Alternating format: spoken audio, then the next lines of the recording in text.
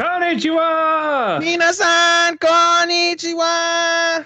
Hello, everyone, and welcome to another exciting episode of Talk to Keki. We've been gone. We missed you. We're going to talk about that in a little bit. And to join me, the man that's in the doghouse, my co-hi, Ethan, what's up? Konnichiwa, minasan. Yo, fuck you guys, okay? That's how I'm going to start. You're in the doghouse. You can fucking suck my hairy left nut, okay? I didn't scold you like the others. Yeah. All I did was like, well, you're on your own. I left you to the wolves. How dare you shit on something that made me love anime? Fucking jump off a cliff. We'll talk about that in a bit, but as well. Yes, as well. But we are going to explain what happened. All right. First off, Ethan was away for 2 weeks with a convention and then family stuff. Not a convention. I went to EDC. By the way, Matt, what did you think about my cosplay? Meh. You just put on a coat. I didn't put well, no, I put on what's it called?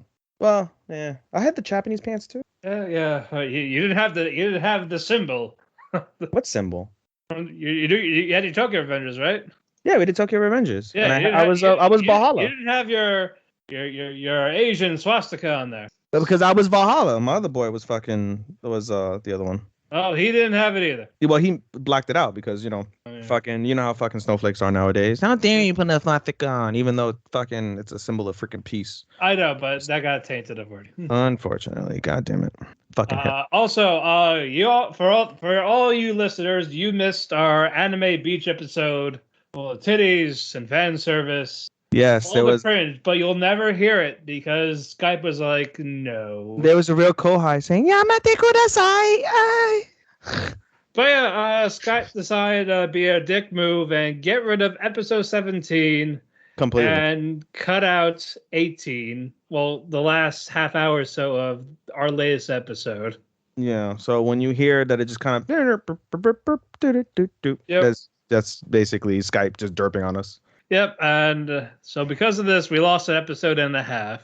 And so Skype, just like Kyle Riddlehouse or whatever the fuck his name is, I hope you choke on all the Popeyes biscuits. I hope you get dissected with a rusty fishhook. And I hope you get gang banged by a bunch of people with bloody plastic bags as the condoms. So fuck you.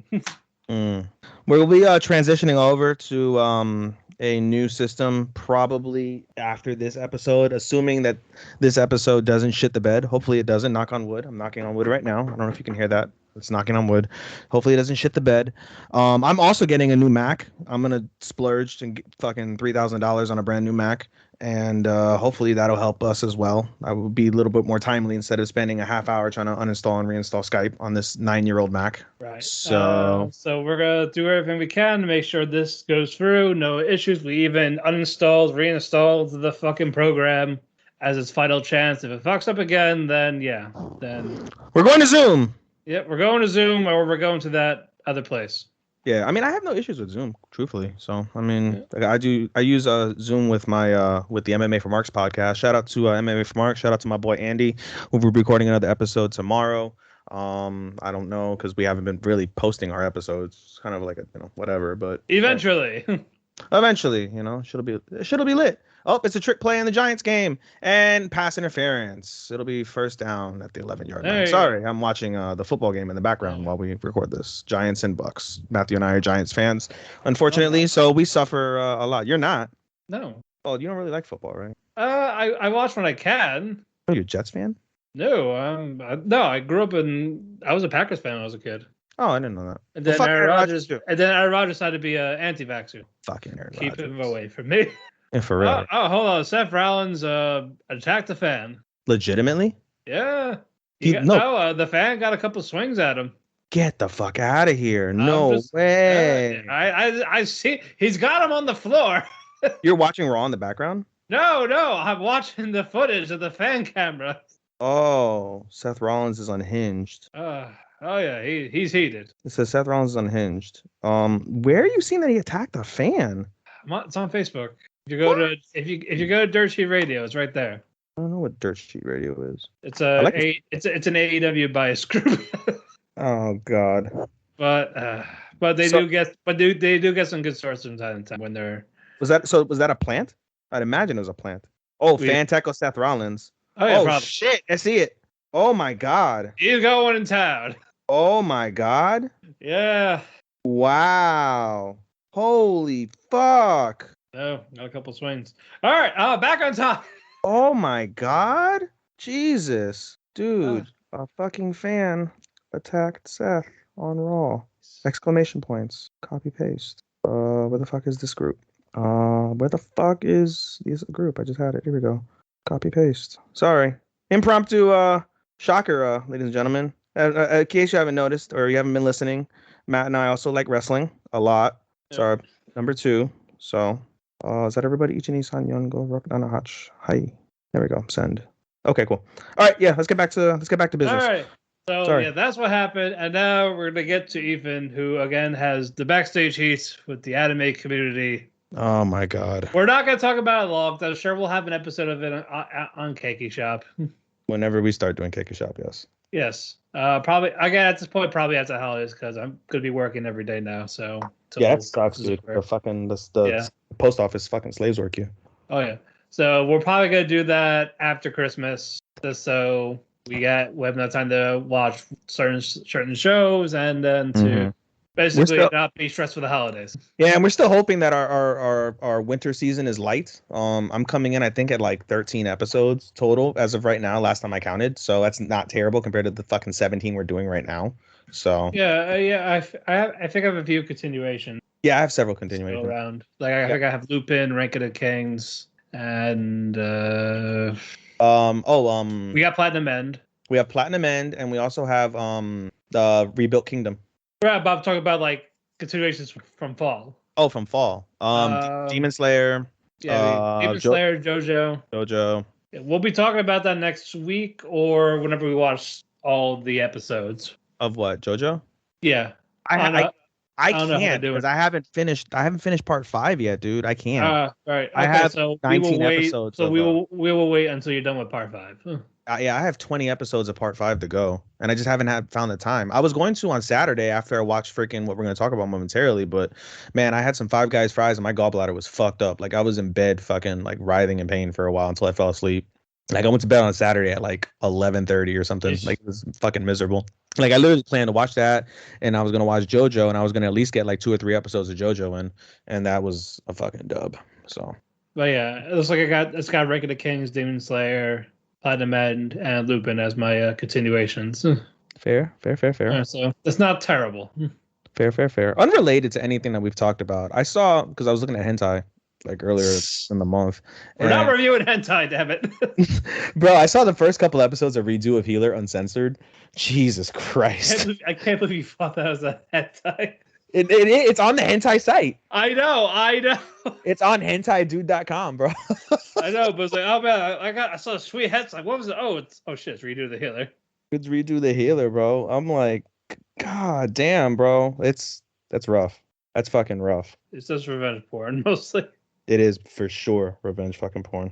Anyway, basically, long story short, Ethan finally watched Akira and he shout out it, and there was heat from almost everyone while I was watching the background saying, "You're on your own. I can't defend you." Dude, hold on. So I'm adjusting my mic. Sorry, it was loose and about to fall off, so I caught it before it fell off. Always technical issues here. I talked to Keki. Is it going up? Nope. Well, as long as it's not Skype. Yeah, as long as it's not Skype. I know. Hi, mochi don desu ka? Mochi don desu ka, Matthew-sama? All right. Anyway, I can talk at least while I'm screwing this. Screw. Right. Anyway, so I watched Akira. So here, first off, before I rip it, I'm not once did I criticize the animation. I can respect the animation for its time in 1988. It is really well done. I can respect it 100% on how it's laid out.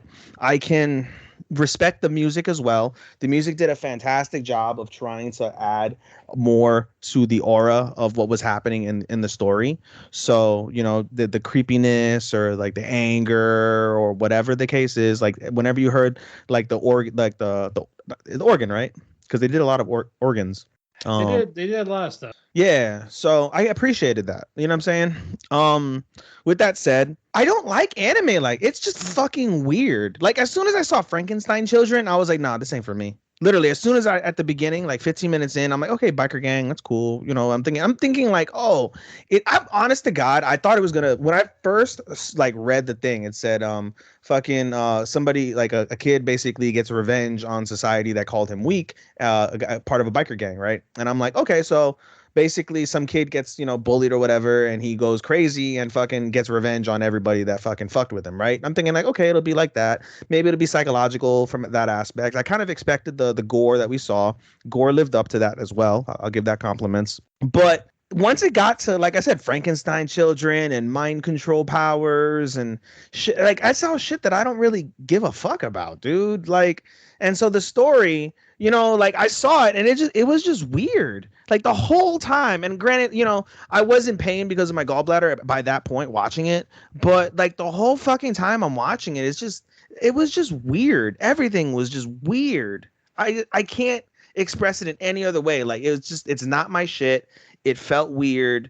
It was odd. It was just so goddamn odd. And like I understand why people defend it so much because this is their introduction to anime in the West, and a lot of people that were commenting shit, they like dark shit. They like Berserk and other fucking like dark psychological anime. I like Berserk. It's too much. I'll never watch Berserk because that's too much. I don't want to see a goat get raped. Let me phrase it. I don't want to see a goat rape a fucking woman or whatever the fuck happens. I don't want to see somebody get like tentacle fucked and have their fucking their uterus ripped out of their fucking thing and then fucking somebody vomits because they're shocked. Like, I don't want to see that. Not one iota of me likes that, dude. Not one iota will ever appreciate that. Like, I don't like horror shit because I'm a pussy ass bitch. I'm a proud pussy ass bitch. I admit that shit proudly. Like, nope, I'm a pussy ass bitch. I'm the F word when it comes to horror. And that's perfectly fine with me, bro. Perfectly okay as far as I'm concerned. I'll say, do not say that on the air. I'm not gonna say it on the air, but not. No, like I'll gladly call myself that in the air. Yeah, and that's fine with me. I don't do horror shit. I don't like any of that, bro. Like fucking dude, it's just odd. It's just odd. Again, I also had talked to a couple of people about this. Some people did say it does take. For some people, it takes a second viewing to like get it a little bit. You do like to jump your words, like to go a little. You're like fucking Eddie Kingston. You don't stop.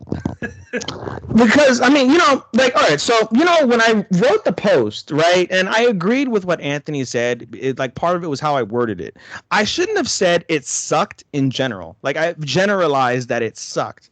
And I should have not done that. I think it was as that as say people like this shit type of thing. That's like, well, yeah, people like the sci-fi stuff. Like in terms of sci-fi anime, this is one that I never said like, oh, how the fuck do you people like this shit? Like I know there's a bunch of fucking weirdos out there that like that shit. Just like there's a bunch of people that hate on me because I like fucking teen rom-coms and shit like that, bro. And I like slices of life that make me cry. Like they don't want to. No, most people they're hardened. You know what I'm saying? Like they don't care to feel any of those feelings or whatever the case is. But like like I said, I should have worded it better, but.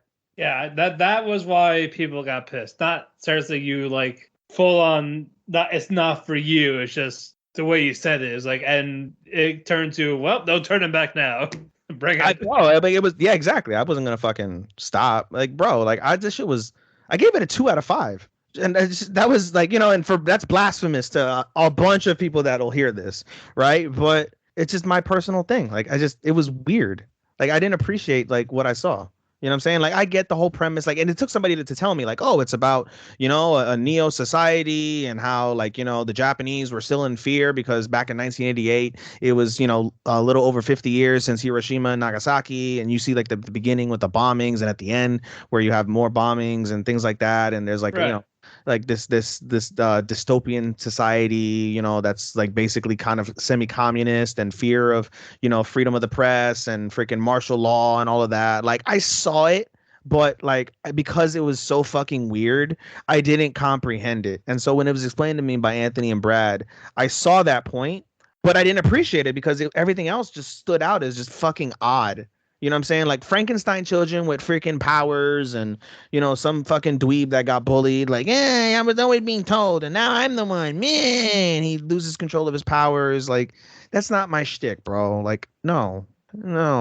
So that's my 2 cents. Next up is Ghost in the Shell. I'm going to watch that with my other podcast hosts at some point. I will say, even if it is not 100% your thing, I still think it's still something anime fans should watch. Well, yeah, because, at the end of the day, like, as I can, even though I hate the fucking premise of like, oh, you should watch what built anime, all that shit. Oh, damn, it was a good hit. You should watch what built anime. Like, I get that, but, I say, whether you like it or not, it should be viewed at least once by anime. That's all I'm getting at. I suppose. Well, I am glad you finally watched it, though. Yeah, so I'm gonna watch Ghost in the Shell with my other podcast host. That's the next like old thing I'm gonna watch. People were talking to me about Evangelion. It's long, so I'm not gonna watch it. I'll watch it at some point. It is on the to watch list. Don't watch the Netflix. No, so I did watch Cowboy Bebop in anticipation of the live action, which I haven't seen yet. Which, by the way, we can talk about briefly because I haven't seen it. And have you seen all of it, or have you only seen like part of it? The live action? The live action, yeah. I've seen clips. You haven't seen an official episode yet, per se. No. I'm watching Squid Game first. Once I'm done with that, I'm gonna go into. I mean, there's so many things I haven't watched, like Squid Game, Alice in Borderland. Like, I haven't seen any of that. Borderland's great. Squid Game's interesting. But yeah, I will be watching Bebop. After, and I saw their interpretation of Ed, and I still want to finish freaking Umbrella Academy, unrelated to anime. I still haven't finished it. I got to episode. Honestly, I didn't buy it. Really? I didn't mind it. I got to episode 6 of Umbrella Academy, and it wasn't bad. Like it just like looked okay, like nothing that would 100% interest me. It's like, all right, let's skip it. Yeah, I guess. I mean, other than the Marvel stuff, I would say that's probably like the last like non-anime or sports related thing that I watched that's not Star Wars or Marvel. All right. Anyways, we do not have news today except for one for you One Piece degenerates. Congratulations on hitting 1,000 episodes. Yep, you guys finally got 1,000 episodes, and with that, you guys got a movie announced just called Red.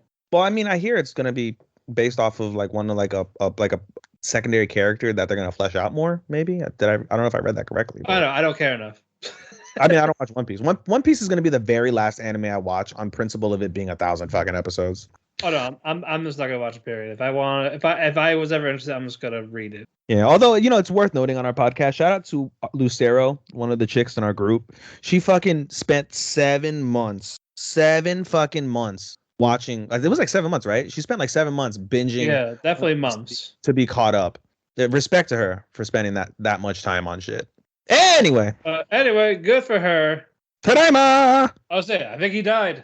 No. I was like, the sniper finally pulled the shot. A lot of people would be happy. Hey, Charles Godwin got a touchdown. It's good for my fantasy team. Oh no, he didn't. He got stopped at the one. God damn it. Sorry. No, I was reading about what's it called? My friends were asking about Seth Rollins. Anyway, all right, stuff we are watching separately. We're gonna be doing that, and no Blue Period this week. Apparently there was a production delay, so that is gonna happen this Saturday. So a lot of production delays, because there's also a production delay. There was one the previous week, and then there's one now for the week after this last episode that aired for 86, and then Faraway Paladin also has a delay, and they'll be doing a recap episode. One last thing to talk about. Yeah, next week, the next podcast. Yes, exactly. Couple things, 3 things. All right, I'm gonna start with Lupin the Third, Part 6. Mm-hmm. It was a 2-parter episode from last week and this week, where Lupin is in a dream sequence in the past. He sees people like Zenigata, Jigen, Fujiko, and Goemon. Eventually, we find out in this episode that Goemon was actually there with him. And they explained what happened, and that basically they were trying to go for a heist in this factory, and they got trapped. And because of this, their subconscious was in this flashback type of thing. So once Lupin figured it out, they had the guys release him, like, hey, we're gonna blow everything up if you don't let us out of here. Type of thing. Like he had the termination code to blow up the whole factory. Mm. But next week though, finally we're gonna get more into the Sherlock Holmes stuff. After seeing the preview, so we're back on track with that, after the last few episodes of filler to just do this random heists. I don't mind them, but it's more I want to get to the original story for what was going on for this one. Either way, still it's Lupin. You got laughs, you got everything. Mm-hmm. So good shit there. All the same. Hike story. Looks like it is almost done. Because then again, it got on like a 3-week head start, unlike everyone else. So we're on episode 10, and this one was just fantastic. Biwa is actually finally going back to the Hike family because basically she said she wants to tell the Hike family story since that's the title of the Hike story, the title of the anime. And now we know it's more Biwa wants to tell their story because she's been living with them for quite a while, so she knows about them. Oh, God damn it, Sean. It's fucking Sean. You need it right this second? I mean, we're already fucking balls deep into this one, so we're balls deep. There's a way to expand your girth. There's a way to go deeper, Ethan. Where no man has gone before. Have you ever had that happen where you're significant look deeper? Like, I only got so much fucking dick. Like, it's not gonna go much deeper. One of my previous partners, yes. Yeah, like deeper. Like, what do you want me to fucking stick my hand in there too? With my dick? Like, why for a hot dog in there while we're at it? Or seriously, goddamn, bitch! I only got fucking so much dick to fucking give you. Moving on, damn it. We can't get sidetracked this episode. 4 hours later. Like, football, Seth Rollins getting beat up. Hot dogs out of vaginas. What Talk to Keki has devolved into. We're tired. We need the laughs. Tell me about it, dude. Oh my god, real unrelated. I freaking did a pro workout with a bunch of pro boxers today. I'm fucking exhausted. Like I said, that's why I'm going to try to get through these quick so we can just go to bed. 2 hours later. Alrighty, it probably will be at this point. We'll try to do this before midnight. But anyway, at the end of the episode, looks like it's going to be the final battle with the Hike family and this other empire. The episode ended where they're all at sea on their boats. It's like the battle's about to begin, so we'll find out what happens next on that cliffhanger. But great stuff all around. I'm curious to see what is going to happen with that going forward. All right, now my yaoi for the season. Night Beyond the Tricorder Window. Is it really like more? Is it implied or is it like actual yaoi? Like, next season you're gonna have what's it called? The Sakutatsu. Yeah, no, right? It's definitely in the genre boys love. Okay. But they're not dating. But there's still stuff there that seems like they are dating, but not officially a couple. Like even the people around them are like they're totally dating. That type of thing. But Erica is now working with who we thought was the villain. She's working with Mikado and Hiwakawa to get away from Mikado's father or the sensei.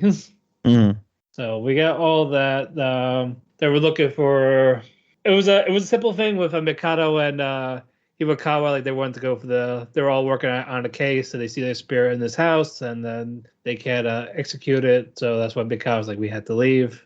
And Erica goes back to where the mother is with her bodyguard Sasaki. That's right, Sasaki. And they're like, oh yeah, like where have you been all that? Have you seen your father? Like, no, I haven't seen father, but the father has been with the sensei, the father, the Mikado's father, the real villain.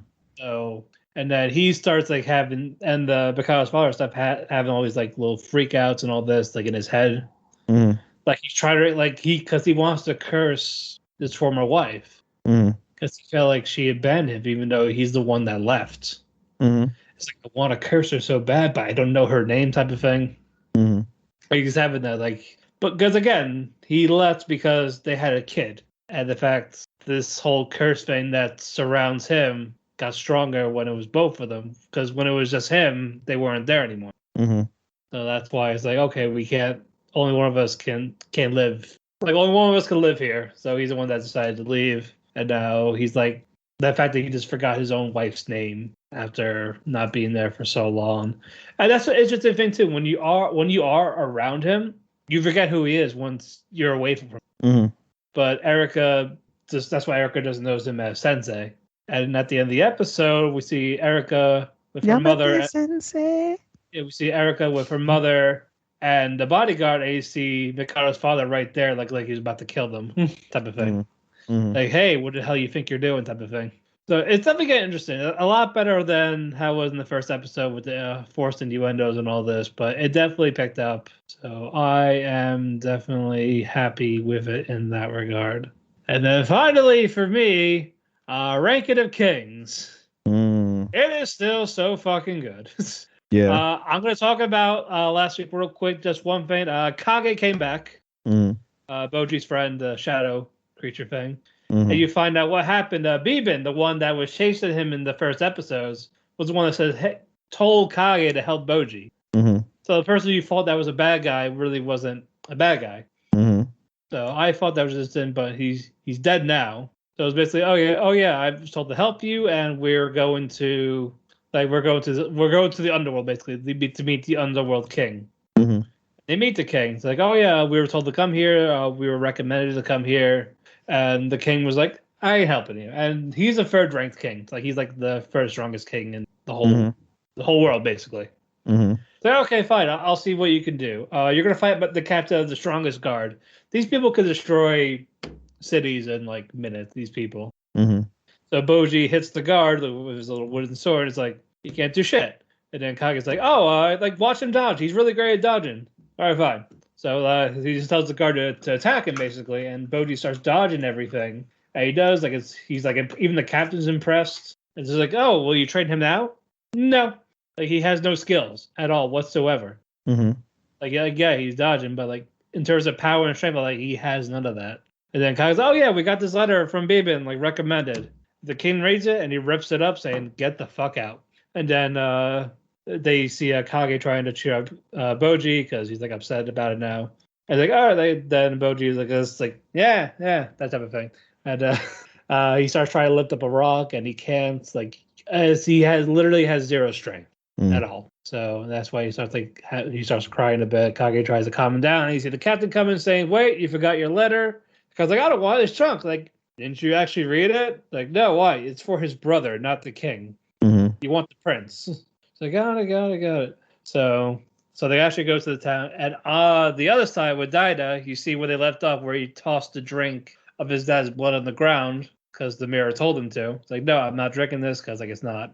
I want to be king in my own way. I want my own potential. So he's not really a bad guy in a sense. He's just a snobby fucking brat. And Appius, the spirit guy that killed Bebin, he goes into where they are. He almost killed Daida. He almost killed the king. Until the mirror told him no. Then he recognized her voice. It was someone that the king knew, Bozy knew. And that's why he's recognized all that. And then he's on her side now. And he knocks out Daida and makes him drink the blood when he was unconscious. Tasty. Yeah, that. That's a good McGuff. But it ends with Boji and Kage going to the town to meet. They finally meet the prince, Despar. And credits roll there. Great stuff, so I'm excited to see how the prince is going to be. I did find out about why Boji is like this. After like reading what? it, Like but disabled? Like all of that. Like no strength, can't hear, and all that. I'm not going to get into that until it comes up. Basically, because you saw a demon when the dad died. Oh, I thought you were going to tell me he got shook as a baby. No. Stop it. No. Not what happened. I couldn't help myself. Basically, deal with the devil and got fucked up. There we go. Okay. Indeed, not shaken baby syndrome. Got it. No. You stop it. I believe that is it with me. Since again, no blue period. Even your turn. Because a blue period's always better than a red one. Yes. All right. Tawawa on a Monday, and do I not have Ganbare? Oh no, we watched Ganbare together. Yeah, you have Banish Hero. Yeah, I see it. I got it. I was like, you sure you got it? Yeah, I got it. I'm thinking because I always group Tawawa and Ganbare together because they're 5-minute episodes. Hold on, I forgot Visual Prison. My bad. Fucking shit. Sorry. Mendokusai. I forgot it for just a second. Fucking Baka Matthew. Yeah, called Bakers. Anyway. Hayaku. No, don't rush me, fucker. You fuck. Basically, Angie gets a job. He's working with the rivals, Lost Eden, and just are helping Miss work out a gig for the band. Like, it's not a competition phase, just they need an assistant. Mm-hmm. So, like, basically, his bandmates are cool with it. You find out Mist is gay for Saga. Mm. Yeah, he loves Saga. Mm. By fucking god. On some Saga Chimpo. Got it. Yes. Basically, you do get backstory on Mist. Like, he was this wealthy billionaire who was terminally ill, and so he was basically want to give his money away to someone, like certain investors. That's when Saga eventually called them about what he wanted to happen. Like, he said he wanted to build his own continent, basically for vampires. And then when they were talking, Mist basically got admired by him, and he confesses up to Saga before falling to his death. But Saga catches him. He's like, I can't give you that, but like I guess he's not into men, but he wants him by his side, type of thing. So he bites him, sucks his blood, makes him a vampire, and he no longer has his cancer, and that type of thing. But that's why Mist is with Lost Eden. That's why he's basically loyal to Saga, mostly out of everything. So Lost Eden has their concert on the top of the tower. Big thing. Jack gets his solo, but the internet cuts out. Like, all the servers were down. Like, oh shit, we got a stall time. So Mist finally gets his solo song. He sings that about his admiration of Saga without saying his name, type of thing, but you knew what it was. So good shit right there. As Saga kind of had the feeling, so he had actually played his guitar with him while he sang. So I thought that was a cool moment.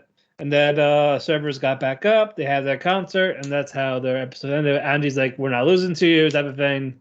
And Saga's like, so Saga kind of recognized Angie's potential because he got Julieta to come back from singing in the previous episodes.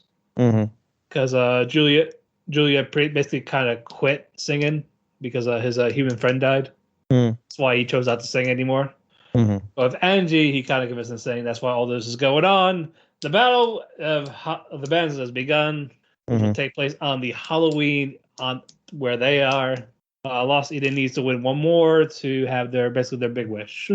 But yeah, we're almost done with it. Now I'm done. Still good shit. You can go now. All right. Are you sure?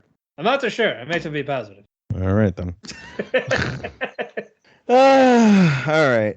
So basically, I don't, I can't really describe Chihuahua on a Monday because it's just silly etchiness at this point. Like, there's really no coherent story. The episodes right now are focusing on basically a high school baseball player and his childhood best friend who's like an etchy model type of girl.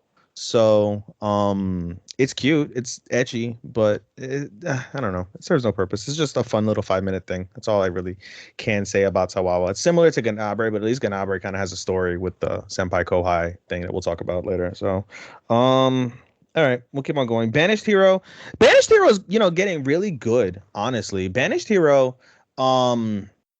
it has one of the contenders for relationship of the season with Red and Rit.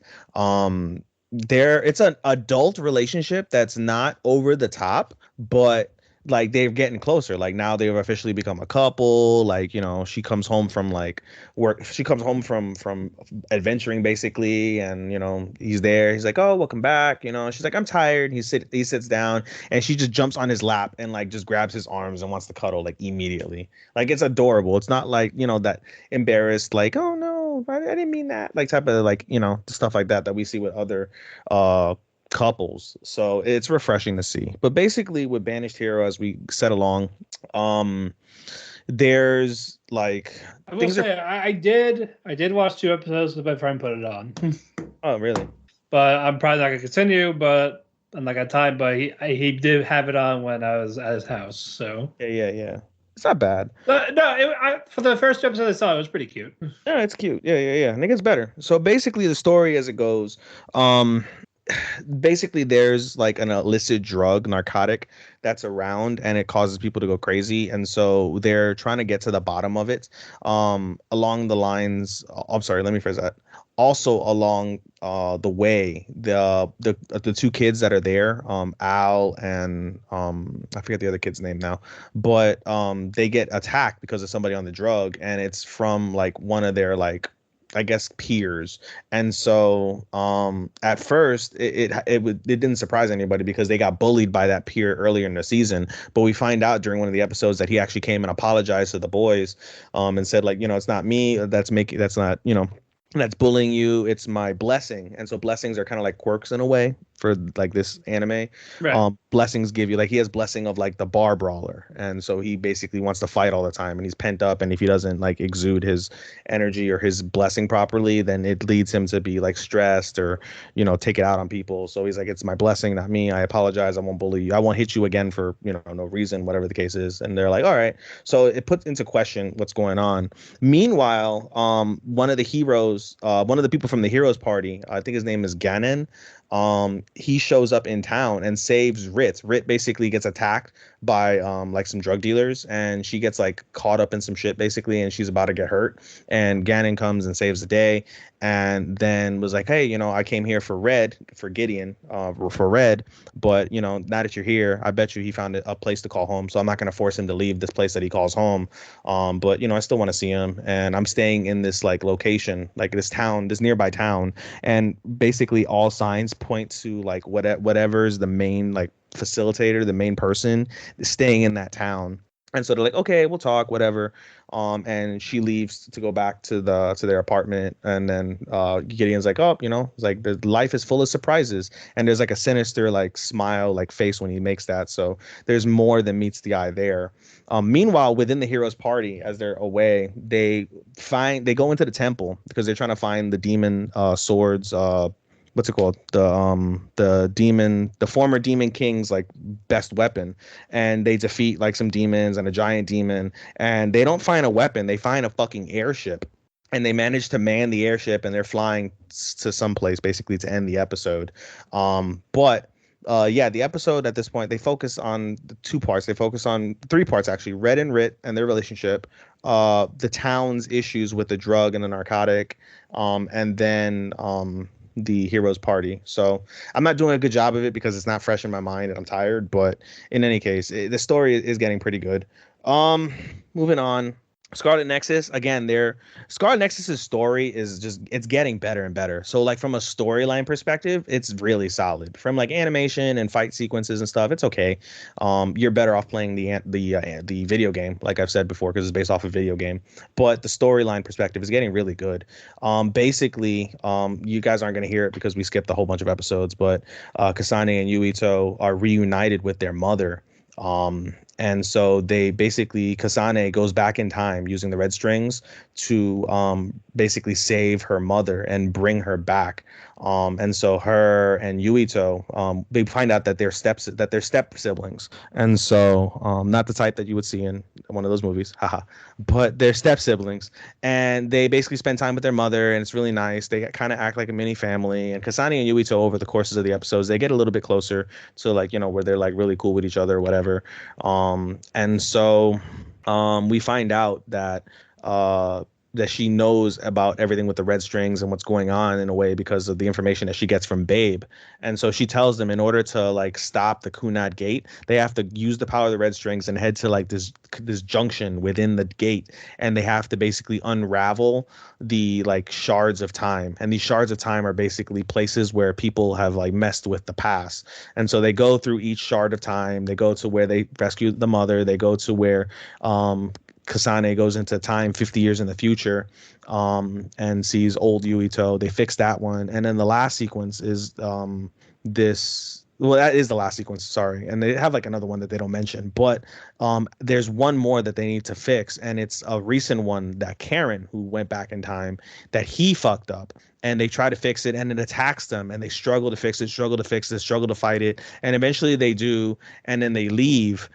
They return, they pass out. When they wake up, the Kunad gate still exists, and basically their mother bids them goodbye and she leaves, and they're all shocked and sad. And then one of the platoon members is like, hey, your mother left this message. And they listen to the message and they're like, listen, I couldn't tell you this face to face, otherwise I wouldn't have said it. I wouldn't have gone. I wouldn't have said it. But basically, in order to really fix the Kunad Gate, the final pieces myself, I have to go back to my time and I have to fulfill my destiny. My destiny is I need to die and basically get the information over to Togetsu, and so they can basically feed Babe. And so they said, she basically said, like, I'm so happy I got to meet you guys and see you guys all grown up and see how successful you are.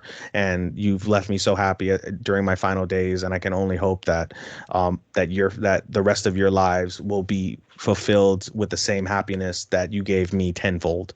And it was very sweet. And that's basically how the episode ends from there. But slowly but surely, they're trying to basically unravel the Kunad Gate so they can save Yuito and figure out, how to move on from there. So again, the story's getting really, really good from that standpoint. Moving on, Boruto. Boruto has been up and down because they're going through Chunin exams, another Chunin exam arc. It's like a mini arc. And so we get, we get a couple good episodes.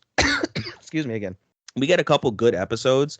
All right, so we get an episode. Basically, the first episode we get is with Inojin and I forget this guy, not Doki. It might be Doki. I forget his name. It's funny, Doki Choki. No, I forget his name. But anyway, it's basically the guy that acts like Kakashi. And that was a good episode. And then we get an episode with Wasabi and Iwabe, and that was fucking atrocious. That was a really shitty episode. That was really mid as fuck. And then now this last episode we get Chocho and Sarita, the two best friends, and that was fucking awesome. Basically they go back and forth, and Sarita, she cares about her friend, and she's like, she hurts her and she's like, I'm so sorry, and that pisses off Chocho because Chocho's like, I'm giving it all you have, like all I have rather, and you're not taking it seriously. If you're concerned about me, fight me, whatever. And she's like, all right. And so they fight and they go back and forth, and then eventually they settle it.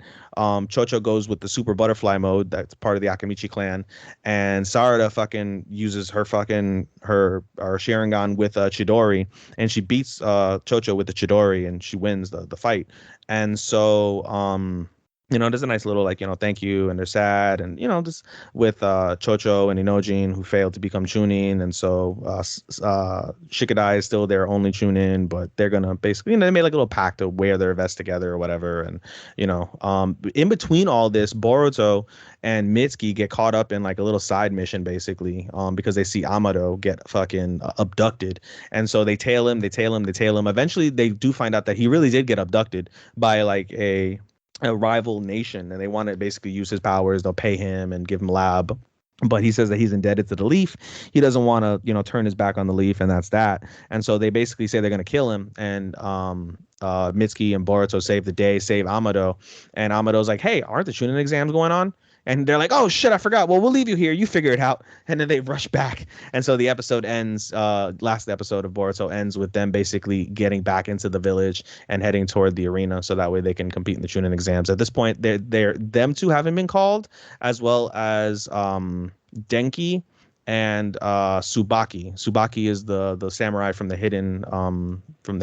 land of iron rather, and then Denki's like the little geek that is going to use a scientific ninja tool to fucking fuck somebody up. So regardless, we're in for a good couple episodes, I imagine, with those two, because they're very unique characters and pretty good. But yeah. Even though I talk shit about the fucking Iwabe episode with Wasabi, we did get to see fucking Akatsu Sano, so that was pretty cool. That was about the only cool thing. All right, very good. And finally, I have two more. I can't say finally, I'm gonna have two more. Honest to God, bro, in all sincerity, you're not watching this, and it's a shame. Otome Fairytale, Taishou Otome Fairytale is my rom-com of the season thus far, dude. Above Komi, above Senpai Is Annoying. Their relationship is just so fucking cute, and you have to compartmentalize this because the setting is 1920s Japan, and the main character, the main boy character, is I think 18 now, and the main female character is 15. However, she was bought but it's not like, he doesn't beat her, he doesn't rape her, he doesn't do any of that. Like, it's very wholesome. Like, he's very wholesome with her. She's super wholesome. They don't do anything like lewd or even think anything lewd. Like, it's very, very sweet and wholesome.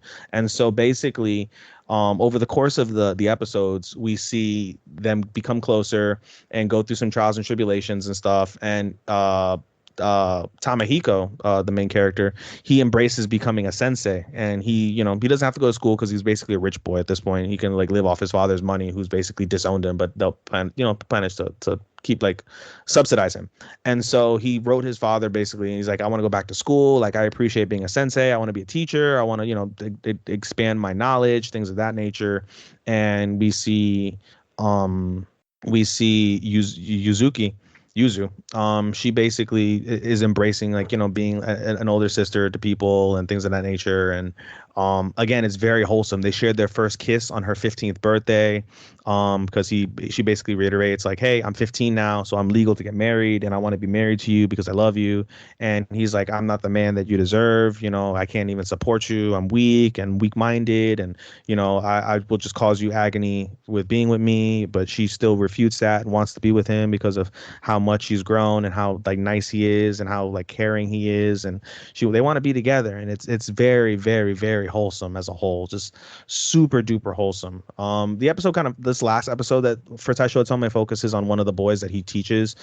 He basically is supposed to go to Tokyo to be like hired help, but he doesn't want to go because he doesn't want to leave his family, and he runs away. And then Tamahiko basically tells him like, no, it's okay. Like, as long as you work for some good like employees, they'll give you time off if you earn it, and then you'll be able to come back and see your family. That won't be the last time you see them, blah, blah, blah, blah. And there's like a reunion, and it, happily ever after from that standpoint. But it's good stuff, dude. Honestly, Taishou Maiden is really a top-notch rom-com this season, as far as I'm concerned. So, there's still more to go. We'll see how everything else shapes up, but for now, that's leading for me in terms of the rom-com of the season. And then finally, 86. I can't. So it's tough because, like I said, 86 has been going through these delays.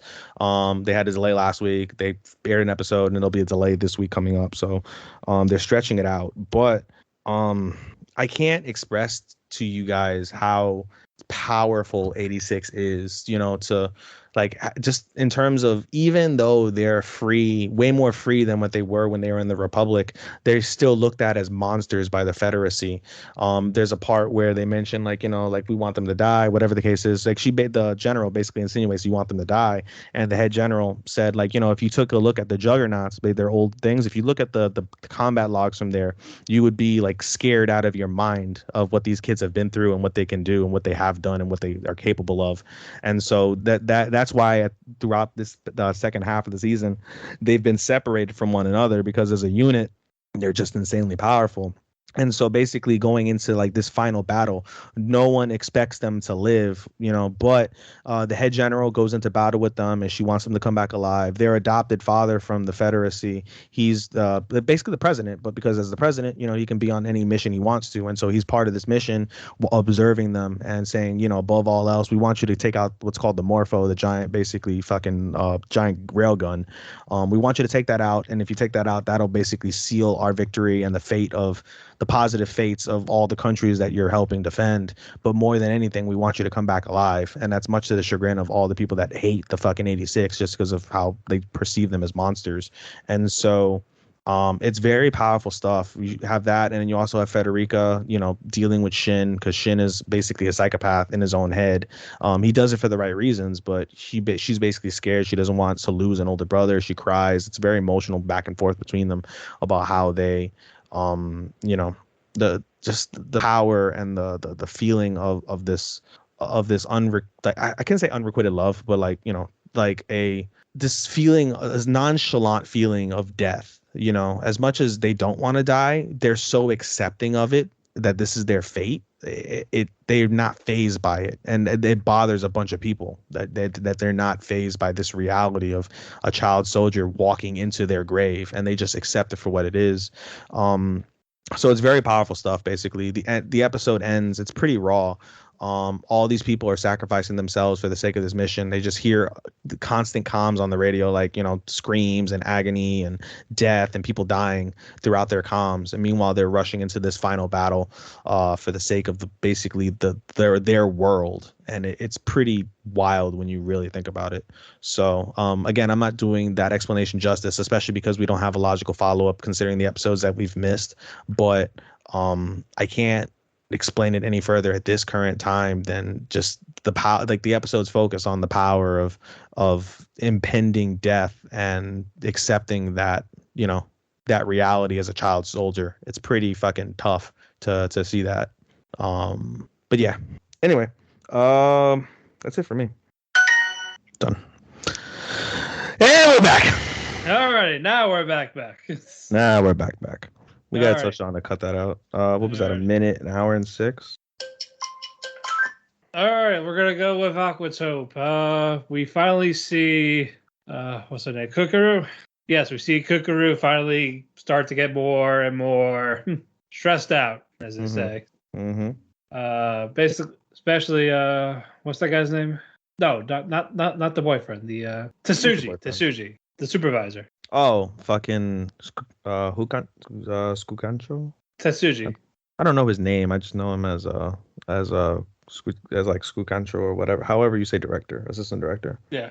Basically, he gives Kukuru a task of planning basically having a wedding project for the aquarium to present. Also, we see OG back in this episode. We see Gramps again. I swear to God, you said Boji. I was like, the Boji. OG. The OG here. OG-san. Hi. Yeah, we see him looking over a dolphin by the water. So it's like, okay, that's nice. And you find out Tingara is taking care of it as well. A baby dolphin that got separated from its pack. You got to differentiate. Basically, yeah, it's they're feeding him, making sure he's taken care of, not disturbed. They don't bother him until the dolphin is ready to go back to its family. If it ever goes back, truly. I think didn't it go back at the end? No. Did not yet. Okay. It did not. All right. Basically, it's a most overall it's a showing Kukuru just being stressed with all the projects she's taken on that the directors are telling her to do. And you actually see it bite her in the ass when they actually go present her tiny ass. Tiny ass fixed eyes. Wait, what could you say? Hey. They were able to present the project, and then the wedding planner is like, this is good and all, but what the fuck is this? While we're taking care of the fish, we gotta take care of the people that want to be wed here. And then Kukuru starts trying to explain stuff, and it can't get it shut down. Like, no, fuck you. It's about the people, not your stupid fish. And Tetsuji, while seeing Kukuru upset, says like, yeah, this was bound to happen. Don't worry. We knew it was going to fail. But now we know what they want to go have a counteract when they want to do it again. And then you see OG at the restaurant with Akira. You hate that. Basically, they're at the old shop, the restaurant, like reminiscing, like, hey, yeah, how's the crew doing? How they interacting with everyone? Like, oh yeah, they're fine and all that. Oh, I am skipping something. Sorry. OG tells Kukuru that Gam Gam is being demolished, and she should make time to go see it. And she doesn't want to see it, basically. No, you don't get that like feeling. Like she gets depressed thinking about it, but there's never an indication like she doesn't want to see it. I think it's more of as she saw she would break down. Yeah, but there was still like a desire to, see that chapter of her life, in one way or another, basically, She did see it at the end, but like it was already demolished. Like she didn't see it being taken down. Like it was already, the damage was done. But I think it just her going there made her realize like where she basically started. Thing. So despite her being stressed out with everything going on with the job she didn't really want, I think it'll motivate her the next episode. Well, no, because she's depressed. She basically didn't make time. She didn't make time to see it while it was still in one piece. And when she rushed and she got there, it was already destroyed. And so it's basically kind of like a message to it, not a message, but like it basically relates that, every part of Kukuru's like world is basically falling to bits. Like, All of a her dream. sudden, like rent, Yeah, like her dream job. She's not in her dream job. The job she's working so hard at, she's failing. She's struggling with her mental health. Clearly, she was the one thing that was helping her distress. The dolphins, she couldn't partake because she needed to be responsible. And then the one place that she called home is no longer there, and she has to revisit those feelings that she was feeling prior to, the end of the first part of the season of the show. So that's why when she doesn't show up to work the next day, because she's just depressed and whatever else we're gonna see. But I appreciate, all right, so from my perspective, like, part of me is just like, suck it up, fucking adulting sucks, get over it. But she's still 19, and so I find a relation to her because I get stressed with my job, and when things don't go right, like, I feel like a little upset because of my work and stuff. But at the same time, like, I'm a 30-year-old man, so I'm used to I don't know, I'm better able to equip, or let me phrase it, I'm better equipped to handle what's going on right now versus Kukuru, who's a 19-year-old girl, and she's just, hasn't experienced life. She's in her first adult job, and she's in such an unfamiliar, like, environment. It's pretty wild, like, when you really think about it, when it's really is broken down. And so you kind of get and understand why she's, crumbling the way she is. And so I'm sure fucking Fuka is going to save the day like she always does, and, break her out of it. And that'll be that. So we'll see, though. Okay, I think it's one of the better episodes for the second half. Yeah. Like it's still the weakest. It's not. Yeah, it's not as good as the first half. I guess that was just going to depend on how it ends. You know what I think as well? I think it's because we had the false pretenses that it was going to be a Yuri. And so when we find out it's basically not a Yuri, kind of like, it's depressing. No, it's just more, I don't care about Tingara. Tingarla, whoever fucking named it Tingarla, whatever. Well, I don't give a shit about that aquarium. Yeah.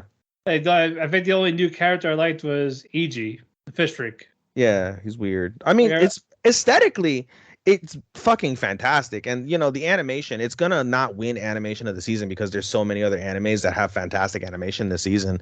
But it's visually such a stunning anime. And Tingarla is just it's a fucking a ode to the beauty of wildlife. Every time I see the fish, I see Tingarla, I see that fucking environment. It's stunning. But you know what I think it's missing, and now that I think about it, it wouldn't shock me at all if we see Kukuru in a rut and she's out by the beach somewhere, and two things are gonna happen. She's either gonna have a vision like from Gamma Gamma, or they may finally introduce that weird, like, childlike deity that kept eating the fish heads. We keep seeing it in the opening, so it's gotta play some. It has to. Yeah. If the fact that it followed Kukuru and Fuka to where they are. Yeah. If nothing gives with that, then that's a complete waste. Yeah, that would definitely take it down a notch. I mean, as it is, like, I honestly think that the second half is a 3 out of 5. We gave the first one 4 out of 5, and this is a solid 3. So we'll see where it goes. Yeah, because it ended strong for those last few episodes of that half. It did. No, it really did. And with a bit of breaking news, we forgot to cover this in the last segment with our news and notes, but My Hero Academia released a new visual for season 6. And it's gonna be you see on one side, on the right side, you see Shigaraki, and he's like a shadow form, and he looks pretty wicked. And on the left side is Midoriya in 100% fucking plus ultra Detroit Smash mode. It's gonna be fucking epic, dude. Oh yeah, I saw that poster. We had no release date yet, but I'm excited for when that actually comes out. Yes, indeed. Sure. I am too. I cannot fucking wait. Again, it's also in its final arc, so in the manga, so it's a wild ride. I can't wait to when they eventually get there. Season 12. No, I think 7 or 8. You think it's gonna be like 7 or 8? Yeah, if I'm being honest, it's probably gonna be around there. All right. Anyway, moving on. Now the actual fall shit. Now that Aquatope's gone. Right. All right, Ganbare Douki-chan. Ganbare, you keep fucking it up. Whatever. It's ecchi, but not really ecchi. So you still got to say the fucking name, right? Ganbare. Ganbare. Ganbare Douki-chan. Ganbare Douki-chan sama desu ne. Yeah, that. Fucking Jesus Christ. With Douki-chan, it was another quick one with Senpai inviting Douki-chan and Douki-kun to the pool. Douki-chan assumed it was basically a day for just both of them, till you find out Senpai's there and that other one. Fucking stupid Chan. Kohai-chan. Fucking I swear, bro, like she fucking irks me because she just sounds so like dumb. I hate fucking characters that just sound fucking dumb. She's a Valkyrie. Huh? Yeah, intact. Is she really? Yeah. What? Yeah, bro, because we had talked about this before. I swore she was gonna be the same voice actor and she's Nagatoro. Get the fuck out. No, she's not the other one. She's Nagatoro. Is she Nekotoro? Yeah, she's Nagatoro. Yeah, bro. Oh, she is. No, not Nagatoro. I'm talking about the stupid one in Nagatoro. No. She's actual Nagatoro. Get the fuck out of here, bro. Nah. That's some range. That is definitely some range, and she's also Shoutier from Overlord. Oh, well, that makes sense. Yeah, I see Shoutier. Okay, there you go. Well, there you go for that one. There we go. That's there's a resemblance. God damn it. There we go. But again, it was that Douki-chan buys the swimsuits and does so Douki-kun could notice it. He's very shy about it. She gets a little pissy, throws something at him, like compliment me instead of just looking. Love me, goddammit. Yes, that. And of course, he gives her a compliment when they're not at the pool and through text. And she gets pissed, say, "You could have just done it when we were there." But eventually she gets happy and is like, "All right, I'm going to feed the kitty now." And she feeds the kitty. We're going to go halvesies on a snack because I'm a fat ass. Like fucking a lot of women that are skinny nowadays. Right. But I got another short one. It was cute. It was harmless. Any other thoughts before we move on from that one?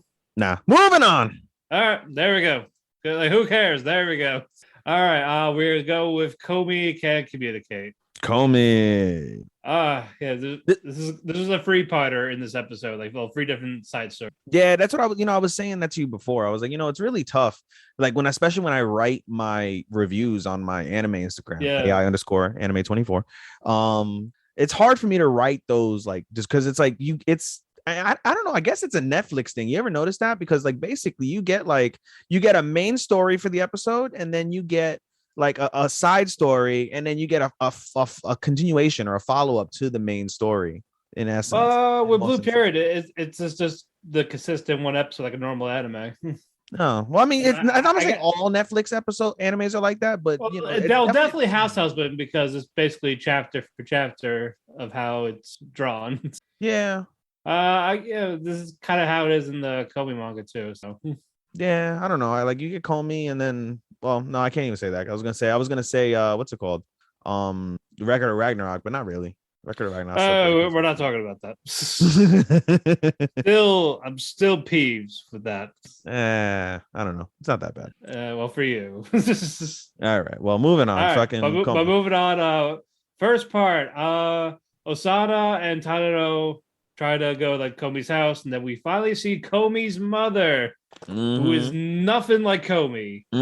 She's a forever 17. She's happy that Komi actually has friends over. She's also hot as fuck. She's definitely a MILF. Yeah, she has a figure of Komi, but older and shorter hair. And way more talkative. Yes, they're almost identical. It's actually cute when she kind of embarrasses Komi a little. And you just see her with like the fucking like bird eyes, like no. Stop talking. There's this cute. Okasa Yamate. Yep, nope, can't say it. She can't say it. Hashikashi. I mean, you figure she would be able to talk to her parents, but not even that. She's that shy. Well, it's because other people are around. But you see that toward the end. She doesn't even really, talk to them like that. Yeah, the whole family is different in so many ways. Again, Komi wants to talk, can't talk. Komi's mom wants to talk, does talk. The father doesn't want to talk, but talks, and the brother just doesn't want to do anything with talking. Why am I existing? And pretty much, he's in that He's at that out of the edge phase. Right. Yeah. But anyway, Osana uses his opportunity to leave them alone while they just spy on the two through the door. Like, oh, I'm going to the bathroom. Not really, but yeah. But I mean, Osana, bro, she's playing a good wingman, bro. Wing girl, wing man, wing they. Look. Do you say wing they for non-binary? Do you say like wing they? You know, I gotta ask my partner about that. It's not wing man, not wing girl. Is it like it's wing they? As I'll get back to you on that. Yeah, wing Najimi. We'll go with that for now. Wing human. Wing human. There we go. They take a picture.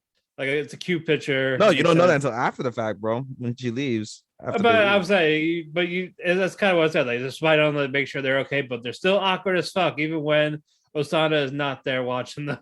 Because they're shy. Komi's shy, and Tadano really likes her, but doesn't want. He's more understanding and patient of her. He's more what? Understanding and patient of her. Like I don't have to talk, but if you want to talk or whatever, like no rush. Well, because he doesn't have that many friends himself, and he, Well, he knows his place. He's the background guy. He's not supposed to exist. He knows if he plays his card right, he's getting Monko. Exactly. I wonder if he fucks Komi. Does Komi moan? Well, I would assume so, because it's not really talking. Not like she's gonna say his name. But she doesn't verbalize anything. She'll probably do like the small mumble moans. What is it like fucking a mute person? Yeah. I can't answer that because I don't know any. I can't tell you. You'll probably get grunts. Arousal grunts. Oh my god, I'm trying to do this out and I can't because I'm laughing right now. Right. But that was part one. Oh shit. Part two, we see the fucking mutt, Himiko. The fucking mutt. How dare you? Because Asana talks about that's Komi's faithful companion. How dare you call her the fucking? She's a dog. It needs to learn her place. Fucking trash. Oh, she's not trash. No, but she has to learn her place. You can't treat her like people. Oh Lord. She's a sub. You treat her like shit. No, stop. Yeah, no. Then she has to learn. You gotta break them. Oh. And Komi's the one to do it with the silent treatment. Nope. No, sir. No, sirree, Bob. No, sirree, Bob. But yeah, Osana suggests they all go out to eat.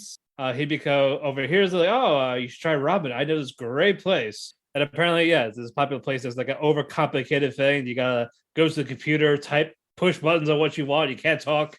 Yeah, apparently there's unwritten rules of ramen eating. You order fast, you don't talk, you sit patiently, you eat all your food, you thank the chef for the meal, and then you leave quickly. Yeah.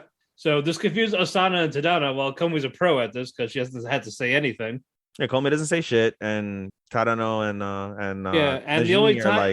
the only time you do talk is what toppings you want on. And right. Komi was of course, Komi was being Komi, and the ramen guy was like, "Yes, I understand. I got you."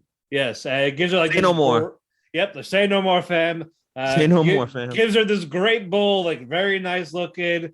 While Himiko, Osana, and Tada's are like the same, but like pile like a mountain of random toppings, no ramen, no broth. No, it's in there. It's just buried. It's like very buried. It's like all like soaked up now. It's like you're just eating a bowl of just random food, not really a soup or ramen type thing. They mentioned at the end because they were like shocked. Everybody was staring at Komi eat, including all the fucking patrons. They're seeing this goddess eat this ramen so eloquently. Yes. And they just stared at her. And freaking what's her face? Our mutt. Yes, Himiko. She eats her food and she's excited, like, oh, Oscar-sama, whatever, Yes. And then and now everyone's stuffed. And no, they didn't even get a chance to eat their food. They were like, oh, soggy noodles, sad face. But they ate it. But then they were super stuffed. Yeah, they were all super stuffed. Komi enjoyed herself. Osana's like, I don't want to eat ramen again. They find out a week later they all go to that same ramen shop. I'm pretty sure they got a correct order this time. So I don't think that was a wrong order. I just think that they. I mean, like now they know what they're working with. Yeah, they just gotta make sure that you just don't eat anything for 2 days before you go there. Yeah, so it's maybe never again. You're right. But what you call it? The third one. You see Tadano putting his shoes on. Class is over. There's a rain. Komi standing outside, and Osana let the note say, I took your umbrella. Basically. Fuck Stole you. your umbrella. A thief called in for Najimi. Yep. And then, so because of this, Komi offers to share her umbrella with Tadano while they walk together in the rain with the Yes, umbrella. I love this because she's just like, he's so, at first he's nervous and then he opens up and he's having a casual conversation. And, you know, she looks at him with like intent. And oh, we forgot to mention when she took the picture. Yeah. So Najimi takes the picture, sends it to Komi and says, don't worry, I won't send it to Tadano. And Komi goes to her mother and wants a frame. and wants a picture frame. And Komi's mom is all excited. Oh, you never asked me for anything like that. Okay, I'll buy you a picture frame. Presumably, she's going to frame the picture of her and Tadano. And freaking, as you see Tadano talking to her as they're walking in the rain, both their shoulders are wet.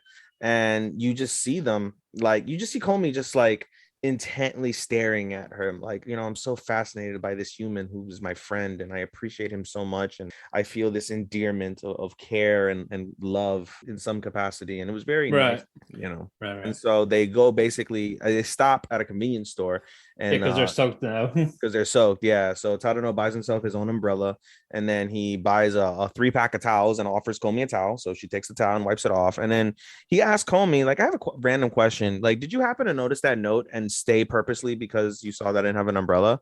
And Komi basically acknowledges that she did, and Tadano's like, Nani? And then the credits roll. And then credits roll. But this again, it's funny. It's cute. Time. That was the end of the episode. The credits were rolling though the whole time. Yeah. There was no after credit. Yeah, I like, you know, I really like though when they do that, when animes do that, where they'll roll the after credit during the credits. Yeah. You know what I mean? And maybe we'll get the song, like we'll get the closing song, maybe not, but you know, still. Right. But either way, it's still a fun time for the whole family. Mm-hmm. Alrighty. But yeah, good shit as always. They hardly ever disappoint. Moving on. Faraway Paladin. It's getting okay. Yeah, we've all been swindled. You all thought the archer, the elf, was going to be a girl. But nope, he's got a fucking chimpo. No, it's a guy. Menlador is a guy. He's a nigga. God damn it. God damn it. But anyway, he and William G. Merryblood, Escobar the Third. Escobar the Third. Juan Manuel Lopez Vieira. The Esquire, everything. Oh my god. They go to the village where the villagers were being slaughtered by the demons to exorcise the demons. The village is fucking fucked to shit, basically. And there was no struggle with this. Like, they made quick work of the demons because, you know, William's kind of OP because, you know, he fought stagnant. So these guys are basically nothing. Bro, I mean, he fought demons for like the better part of his fucking childhood. Yeah, and he was taught by blood.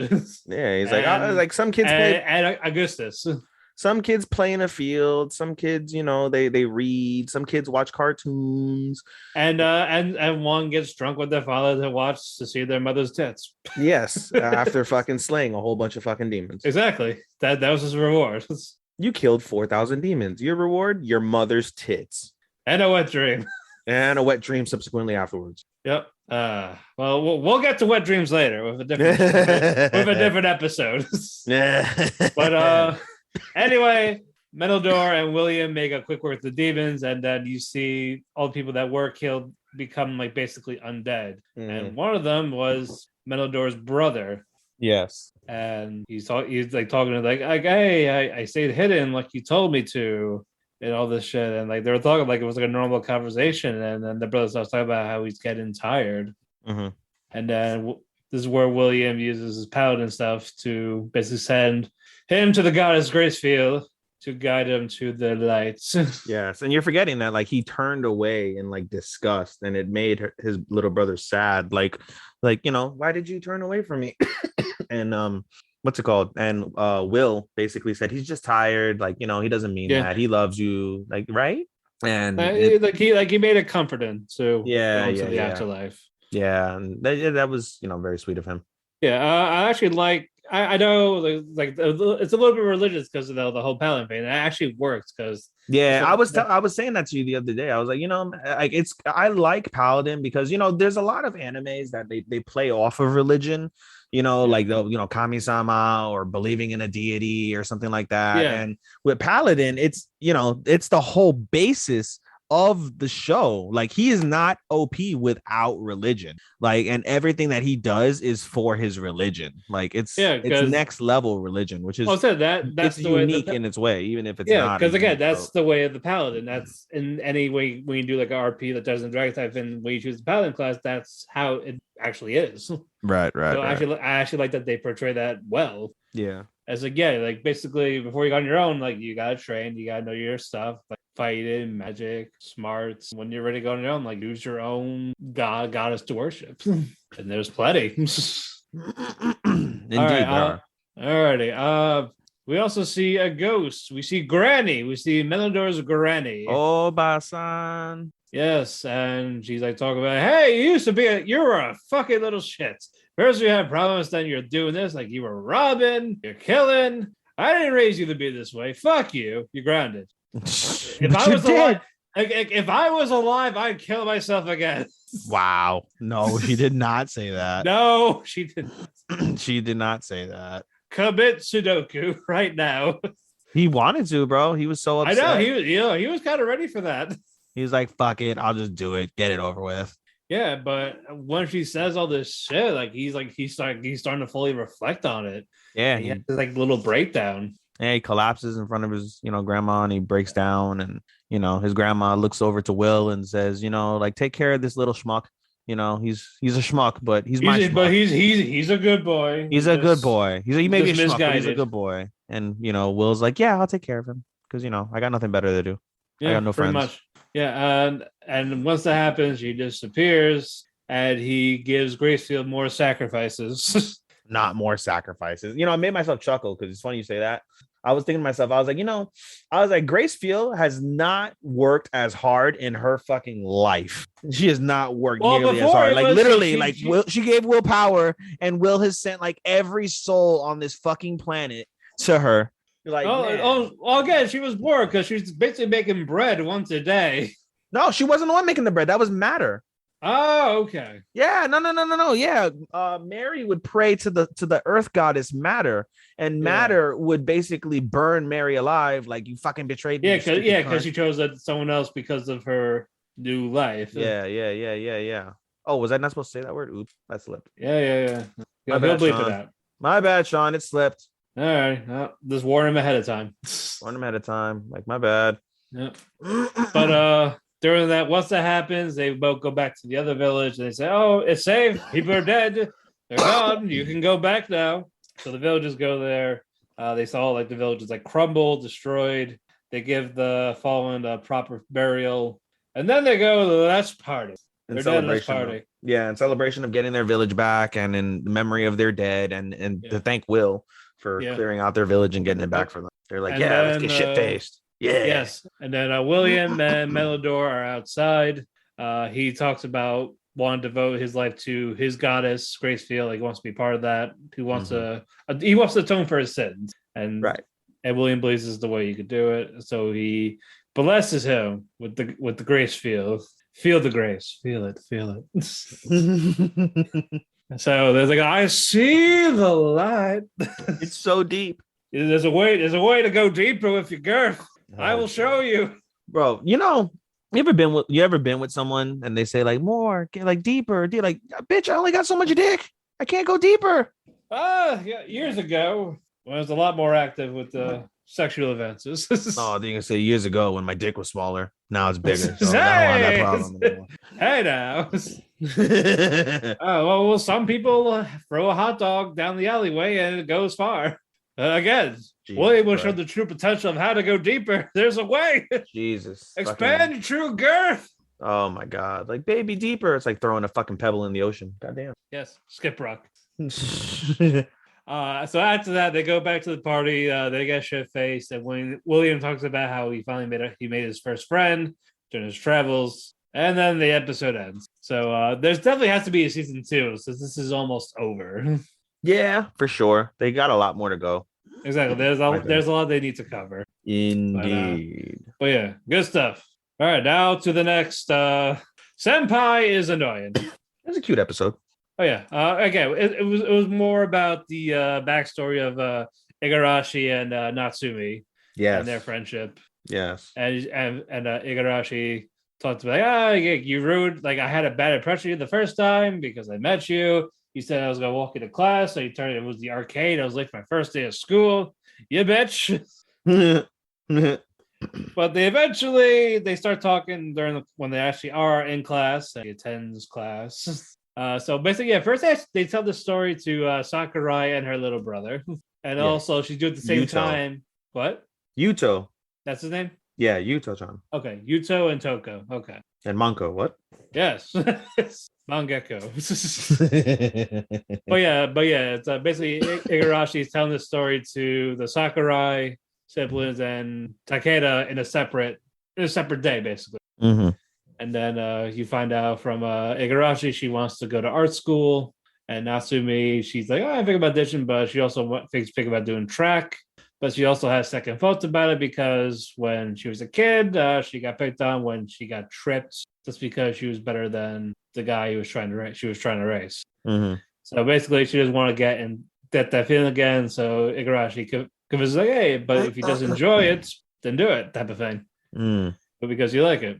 And then we get to the fact here comes these two guys and a little girl. The two boys start to bully Igarashi for her drawings. Like, oh, you're like, what's this? Like, it's a bear. You call us a bear? It's trash. Fucking trash. Because of this, they also take the notebook, which made her very upset because that's something that's very precious to her. And who comes in? Natsumi tripping the chair to trip the kid, grabs the notepad. Oh, she's savaged. Oh yeah, the whole savage. Oh, whole savage. After that, she just punches him in the face, and that was satisfying. And she didn't get suspended, which is crazy. Yeah. So nothing warms my heart than children getting punched. Yes, because more children definitely should in real life. Especially like that. They need to knock some sense into them. I hate people like, no, fighting doesn't solve the bullshit. Fighting should fucking solve a lot of the world's problems, bro. Like, you got a problem? Fucking slug it out, bro. Like, defend yourself. Seriously, bro. Just shank them. You're 8. Just say you don't know any better. That's all. Play it off. You'll be fine. Kids are fine. Once you're 12, you're on your own. But anyway, the kids come back eventually. They apologize. Like they had no idea it meant this much to them. And they talk about how they want to join the baseball club, but they also suck. After hear them say like that she joined the art club because she just likes to draw. They okay, maybe. Yeah, we were dicks. Fuck us. Nah. Not literally. Stop it. And so then at school, Natsumi and Igarashi, they start talking to each other. It's like, oh yeah, we're friends. Like, you don't have to call me Chan. You can just say my name. And they become friends. And then the Futaba, it's like, hey, you want to join our club with me? It's like, yeah, no, I already got a club. I got track. Because someone told me if you like it, just do it. And then we get to the Sakura Festival party. Sakura Festival, yes. For those who don't know, Sakura means cherry blossom. Yes, so they have a cherry blossom. And it's beautiful. Not the trash ninja, the actual cherry blossom. Not the trash ninja. Not my nickname. Not my nickname in the group because I fucking hated Akira. We already talked about that. Move on. Anyway. Yeah. And no, but before we continue, you know, that whole like scene was just absolutely beautiful. Truthfully, you know that? Like the Sakuras and like the way that they did the scene was very, very, very pretty. Like it was really well animated. And yeah, I'm a sucker for, you know, anytime I see fucking Sakura trees and fucking like the 3 things that I love in anime: Sakura trees, snow, Yuki, and fireworks, Hanabi. Yeah. Sorry, my mic was about to fall off. So if you hear some random, I was like, all right, I can tightening my mic. Sorry, gomen, hontoni gomenasai. I can hear you just fine. Basically, you see Kazuma and Sakurai together. Of course, you stare at tits. They're a better couple than fucking Senpai and fucking Takeda. Oh yeah, 100%. Takeda and Futaba. Yeah, like after the Valentine's Day episode, yeah, 100%. I'm sold. They're the better couple. Yeah. So I want to see, hopefully get more growth of that. I love how the coworkers are not questioning why is she with Kazuma because they get with her. They're stupid and they don't realize it. Well, they're also drunk.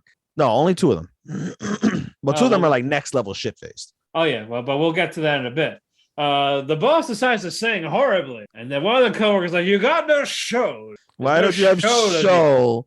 Like he's like he's that drunk, and it's funny because at the beginning of the episode, they're like, "You're gonna have a drink with us, right?" He's like, "I don't really feel like drinking. I don't drink a lot." Like, no, have a drink with him. And now you know why he doesn't. And now we see why he doesn't. And he proceeded to not have one drink, but fucking like 7 different drinks of 5 different alcohol. We'll get to that in a bit. But while that's going on, Igarashi and Takeda, they're talking. Say, "Oh yeah, I know you like to draw because I saw your drawings, like the drawing you made for me." Mm-hmm. And he's like, "Oh yeah, I don't know much about art, but I would like to have you draw something for me." So Igarashi's like, "If you insist." Fine. And then you hear more awful singing from the guy that wanted more show with Tsukishiro, the lazy one, with the one that wants vodka instead of water in that 9 a.m. She's such a miscreant. Yes. So she's definitely the coworker, bro, that like, "Oh, what are you gonna do on your break?" "Oh, nothing. I'm just gonna like hang out. You want to smoke some weed?" Oh yeah, she's definitely that employee. Meanwhile, the fucking other guy who got his fucking coworker drunk, he's like the opposite coworker. Like, "What are you doing?" Like, "Oh, I'm gonna chill." "Hey, you want to do a line?" Exactly. Like, "Hey, you guys cool? You like to party?" The good shit from Florida. Let's take a bump, Florida man. Exactly. So Tokyo man. Yes, Tokyo man. But they drink like beer, whiskey, sake, vodka, wine. It's all there. So that sounds like fucking death. That reminds me of a story. When I was New Year's 2013, I think 2012, 2013, I don't remember. Yeah. But literally, like in an hour span, I had a shot of rum, shot of tequila, shot of whiskey, shot of Fireball, and then a glass of champagne within an hour. Oh, and I was playing Flip Cup before that. Like, bro, let me tell you, like, I was like, you guys can't see me through wherever you're listening to us at, but I'm just doing an iota little finger thing. Like, I was that close to just fucking projectile vomiting, bro. It was the fucking worst. I had to lay down in the fetal position for an hour, bro. It was rough. It was so rough. I think the only time I got really drunk was St. Patty's 9-10 years ago. Oh, well, I mean, I've been very, very drunk before. My 21st birthday, I took 10 shots of whiskey, off-brand whiskey. That was my first time having whiskey shits. But yeah, another fun, cute episode. I loved it. Moving on. World's Finest Assassin. Before we talk about the latest episode, we'll talk about one little plot point of the last one. Yes. It's because I'm pretty sure people will want us to talk about it. Yeah, they'll want to hear our 2 cents about it. It's one of the more disturbing points of an anime that we've seen in recent note. The previous episode has to do with what's it called? Human child trafficking. Yeah. Specifically with using them as slave workers and sex workers. It's really quite disgusting. And of course, our main man Luke ends up saving one of the girls and breaking up the ring in the process to save the rest of the girls. And so he saves a woman named Maha right before she basically, there's a group of 6 orphan girls that are abducted, and one by one over the course of 2 years, they all get raped. Basically, it's disgusting. They get raped by nobles who buy their services to do what they want to do. And then and Maha was almost next. Yeah, so basically a girl named Maha, she was the oldest one. She would be the one to basically like prep them for this like heinous stuff, like do their makeup, get them dressed, and basically kind of like prep talk them like, it's okay, you're fine, whatever, it's gonna be okay, just to like soothe them, because of course they were all disturbed and fucking angry and upset beyond belief. And then finally they were like, oh, yeah, we haven't touched Maha, let's do our thing with Maha. And she's finally blossomed. Yeah, right. They're like, oh, it's gonna be fun. And then at that time, Luke sees her and saves her. Of course, we all know the reason why Luke would save anybody. For his own benefit. And we learn later on Maha has mana. Yeah, the same amount as Tart. I don't know about the same amount, but she definitely has. Well, it was like the whole body type of thing. Like it was like, yeah, like it's gonna like basically she has room for significant growth, and we're not talking about her opai.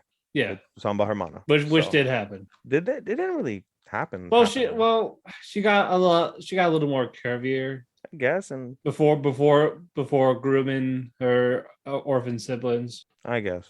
Anyway, but so happened, Luke adopts her. He's like, oh yeah, can you wait 3 days? Yeah, do something. We have to plan.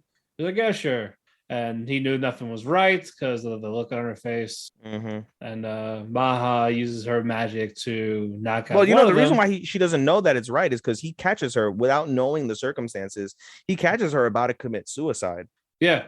Because she knows like she's gonna get raped, and she's like, nope, I want to preserve it. So she was like tempted to just like fuck her face up with like a knife, right, or kill herself. And Right. Luke prevents it and like saying like a pretty girl like you shouldn't do things like that because it's, you know, not right and whatever. And but basically from that moment on, Maha basically sees Luke as like her Prince Charming, like her savior, all of Yep. that. So, and of course, that's what makes Luke so easy to be able to manipulate these girls. You know, he comes in like he's an aristocrat. he fucking Captain Save-A-Ho to the max, bro. All right, Not calling Maha, just saying. But definitely a dark episode. Yes. Did not 100% expect that. Like, holy shit. Yeah, it was definitely dark. When I saw like the comments, I was like, well, that was dark. And they're like, oh, I don't think he's got good plans for her. And maybe he does. I don't necessarily agree with that statement, but I don't either. He says it, but it's not really true. Yeah, we'll get to that. We'll get to that. Yeah. Because it definitely shows in this episode. Yes. So we're gonna actually move on with that. Luke officially adopts Maha, after like talking to the father with the paperwork, and his quote unquote adopted father for this new identity as Balor. Yes. Like, oh yeah, I had a shop. It was well, you're forgetting also before that episode, at the beginning of the episode, he saves his legitimate son with some sort of surgery, and we find out that the mother doesn't know the secret of why E-League is there. Basically, the mother only thinks like, oh, this is like, my husband's bastard child. And so basically he's treated like a stepchild, like, the rotten stepchild with his like adopted mother. But regardless, he's still like really cool with the rest of the family. And he's like, listen, you can't tell a soul what I've done, like this is, for whatever. And they're like, yeah, that's fine. And so again, so we find out as a reward, a part of his reward, he gets a shop. Yeah, it's also a test too, because again, the families are merchants. Mm-hmm. And then he tells like, oh, father, it's only been 6 months. He's like, well, you're a genius, so I have great things, expect great things of you. Yeah, so basically, in a few days, come up with an idea for a shop. Yeah, like basically, you can do whatever you want to the shop and just give me an idea that's gonna make us money. Like, okay. And he gets a genius idea. Yeah, in 3 days, nonetheless. Yep, cosmetics. But more importantly, moisturizer, because that does not exist in this world. Yep. So he uses small, simple ingredients to make it. He presents it. And the mother was basically bad-mouthing him, but eventually she tries it. She loves it. And she's like, I totally, came here expecting to just shit on your idea because you're a worthless piece of shit from my fucking idiot husband. And I wish death upon you, but I can't shit on this idea because it's amazing. Yeah, she even said, I'm willing to call you a son if you keep doing this. Mm-hmm.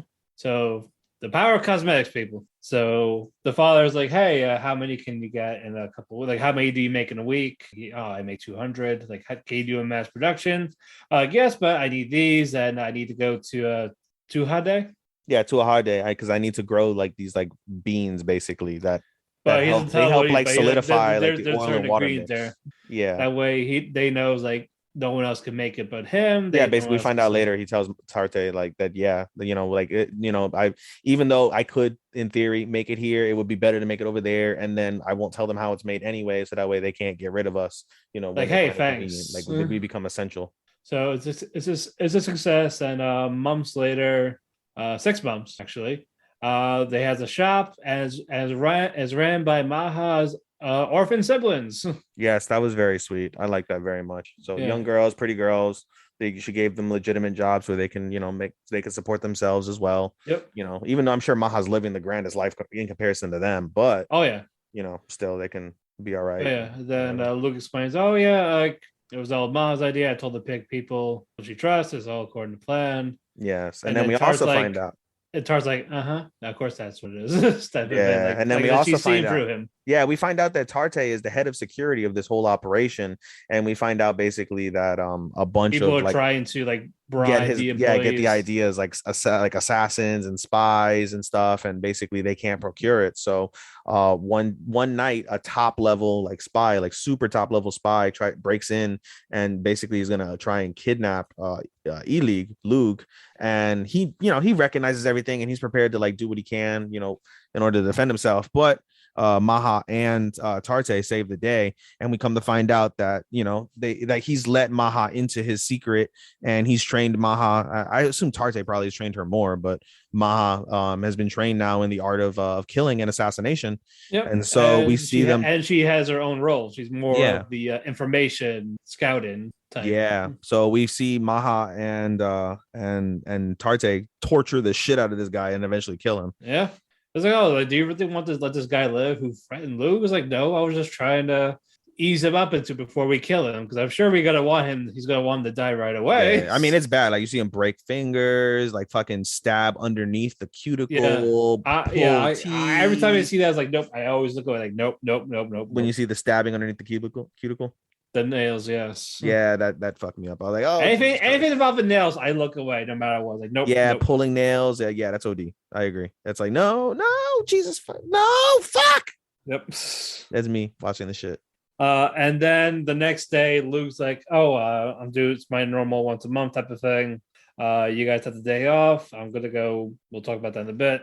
Yeah, and so we see basically Tarte and Maha. They've become like step siblings. They're really like sweet to each other, and they spend the day. They bake and they cook and they laugh and they have a good time. Meanwhile, we find out, like I said, he goes out once a month, and the once a month thing that he does is he goes and visits Dia. Yep. And turns out that's been a thing too. Yeah, it's been a thing. He basically once a month he goes to visit Dia. He uses wind magic to basically fly over there, and he spends the day with her. Like they eat chocolate, they drink wine, they laugh. Yeah, I think chocolate is also new there to that world. So he's talking about how he made it. Yeah, it might be. So they have chocolate. She writes him a book of spells and he translates them, and then she reads them so she can do the spells as well. She even did one before him, and that like she beat him to it. Yeah, it was anti-gravity, which is fucking nuts. Like, wow. So they come up with an anti-gravity spell, and they just spend their day together. Like they cuddle a little bit as well. Like it's very wholesome. I totally see like maybe them getting together like in this life. I think it's gonna be all three of them. Well, I mean, it's a harm clearly, but yeah, but like, but we still don't know. The other thing is we still don't know what's it called. Remember in episode, I think it's like episode 2 or 3, where she's like, oh, your dad didn't tell you, and he goes, what? And she's like, never mind, we don't know what that thing is. Yeah, we don't know that. She also has white hair, so I wonder if they're related. I don't know. We don't know. Yeah, we don't know. Yeah, I don't see. But with the father, I don't see him being the type to have an affair either. Well, I didn't say they have to be direct. Well, it was also the mother, so unless they're like cousins type of thing. Yeah, it might be like some sort of like deep cousinage or something, or maybe some like, oh, the favor that we called in is really somebody's bastard child or something. We don't know. So right.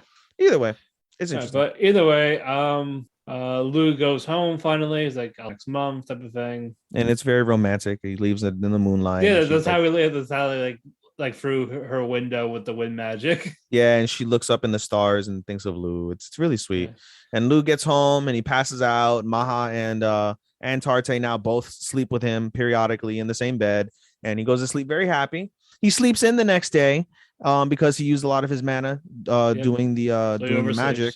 And Tarte and Maha got their oppai out saying, Ohio gozaimasu koshijin sama, Ohio gozaimasu. And they're like, something. And they're like, odd.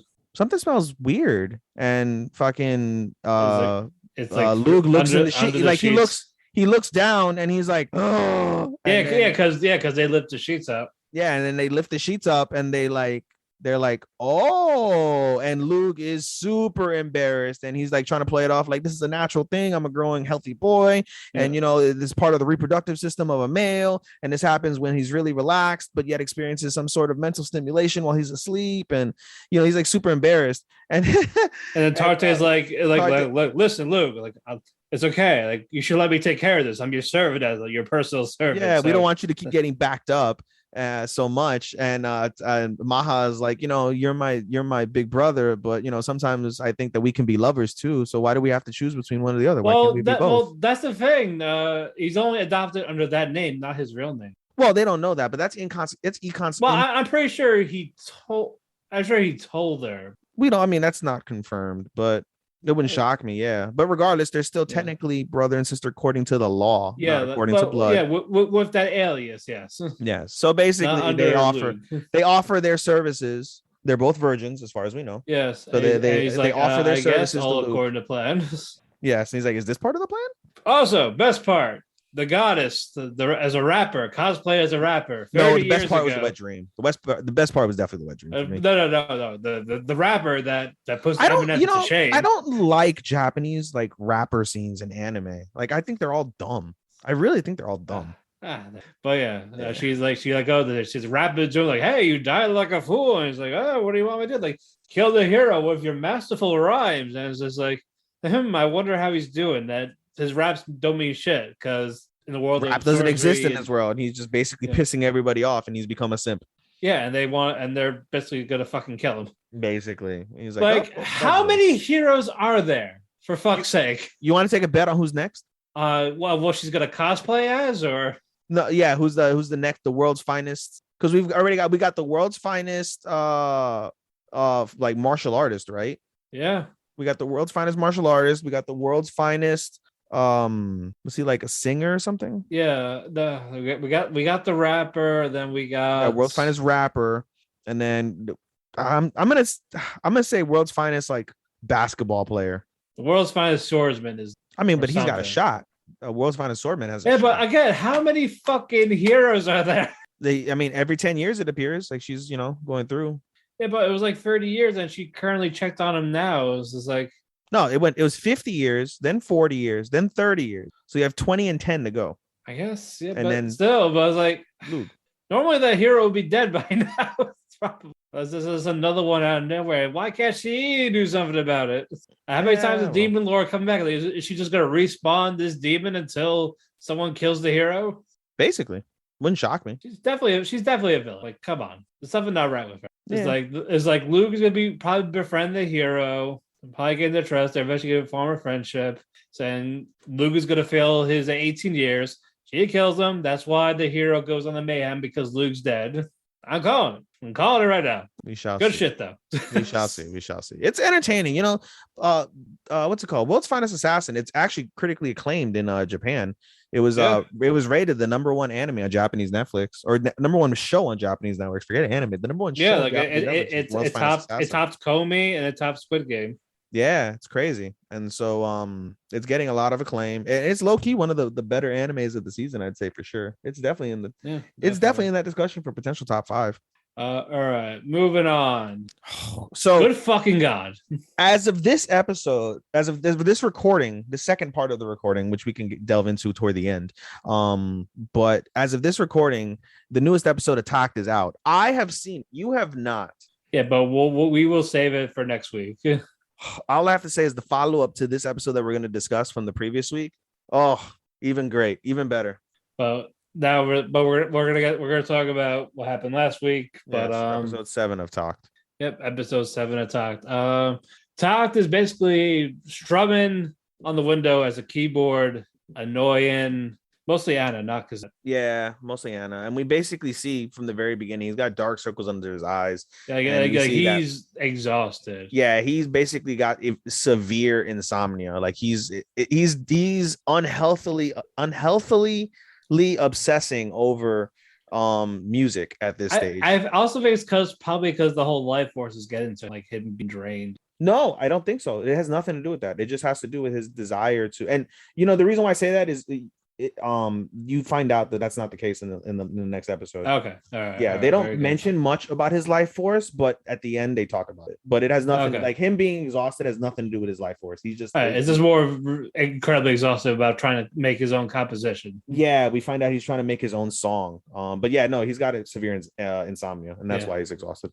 And therefore, he's probably not eating right and shit. Also, hardly sleeping, especially since they were just in the car the whole time. Yeah. So, but while this is going on, Schindler was told to leave Tact alone by Fucking the Germans. Grand I told you Maestro. this. I told you this, Matthew. The fucking Germans. Yeah. Can't trust the goddamn Germans. Nope, you cannot. But Sagan tells Schindler, hey, back the fuck off. We're going to need Tact in the future. So we don't want him decommissioned or whatever. Yeah, you are not to interact with him whatsoever, was the official He gets annoyed, command. but he says fine. Asahina Takto. Like, I promise, with his fingers crossed behind his back. And he basically plots on what the fuck he's gonna do. We will get to that though. Yes, we'll get to that. They got to a village, and we find out it was overran by D2s, because that, of course, takes. It's not a village, it's a town. We're in modern America. It's a town, not a village. We're in modern America in the year 2047. All right, fine. I forgot that's uncommon. This isn't an isekai. We're in city town. Because that promises them, like, hey, if we stay here, I'll take care of the D2s. You know, I'm very curious. I am very curious. You know, all right, so real quick, it's kind of on topic, but not really. With watching Cowboy Bebop, right? And I watched it in Japanese, but everybody that I know, or most people I know, watched it in dub, American dub, because it's a classic that a lot of people grew up on in the late 90s. And that was how we were also introduced to it. Because most of the 90s were introduced to a lot of these in dub because of Toonami and stuff. I only ever watched. See, I didn't know anything really about anime. I only ever watched Dragon Ball Z and Sailor Moon, and that was the only two that I ever watched before I ended up watching anime in 2018 with Naruto and Bleach. But I digress. Anyway, my point is that though, it's a Western-based anime with the names, with a lot of the scenery and actual characters. Like, they're all not just Asian. Yeah, and I've also heard I'm anti-dub. Everyone should know that by now. I hate dub. I don't think you can basically call an anime if it's in fucking dub. It's just a Japanese cartoon in English to me. But people say about how amazing the dub is for Cowboy Bebop, and it makes sense given the type of scenery and characters, because it works for what they're going. It works, yeah. And so I would say that I'm very curious about this dub for Tact OP, because they're in America. They have a lot of American names. Like the only Japanese name that you see is Tact. Asahina Tact, and Tact isn't even Tact is German, so Tact is like European. Asahina clearly is Japanese, but there's no other characters really that have any sort of Japanese. Like they're all like in the Europe. Yeah, Europe or American. Like I forget the Grand Maestro's name, but it's an American name. Schindler's German. Sagan. What? Sagan. Yeah, so that's pretty American. Titan, Hell, Heaven, Destiny, those are all American. And Schneider, American, German, Lenny, American, huh? Schneider is kind of German. So and then you have Tact, which is also European, but his last name is Asahina, which is German. And he's got, out of all the characters that are there in the anime, he's also the only one that looks like Asian with like his features and things of that nature. But so I'm very curious to see, regardless, how this dub would work, given that they're in America and all the towns are do they officially have a dub or not yet? And shit like that, Like, do they officially have a dub? What? Tax? Do they officially have one or no? No, they're not. It's not out yet. Obviously they're gonna make one, but I know they're making one for Assassin also. Yeah, they're gonna make one, but it's not out yet. Yeah. But anyway, mostly like this episode and the previous episode, like we're actually finally getting character development of Cosette instead of just eating sweets and killing D2s. Yes. Like she's actually growing to how she used to be before she died. And I'm going to tell you right now, not a spoiler, but there is a lot more character development that's spread out in the next episode. Good. Well, I can't wait for that. It continues on. Yeah. I am looking forward to that then. Yes. But yeah, at Cosette, and I talk like what was Cosette's attacks? And I don't know, why don't you go ask him? And that's what kind of happened the next day. Like, well, first she was asking, like, are you okay? Because he's not feeling well. Only like he looks tired, all that. Then she brings up Cosette and like, what was she like and all this? What was your relationship with her? And then it got to the point where Tat it still hurts him. So he like tells her, like, stop, like shut up, like stop talking. Yeah, because he's still upset by it. And Cosette got to the point, like, okay. Because she really doesn't know, because she's trying to understand her maestro at the same time, like to form that connection. Mhm. And then while that's going on, D2s attack. Shocker. So they do that. They take care of the D2s, but after that, they see some in the forest. Like they hear more. And music. They hear music. So because they follow the music, and who do we find? Schindler and Hell. And Schindler is holding an instrument. And we find out that awakens D2s. It controls D2s. And it lures them in. And then the big reveal was like, I tried this at the festival in, what was it, Boston they were in? No, they're in like California. Yeah, like in California. We tried like the first time I tried it was at this little town in California where I heard this annoying little fuck playing a piano.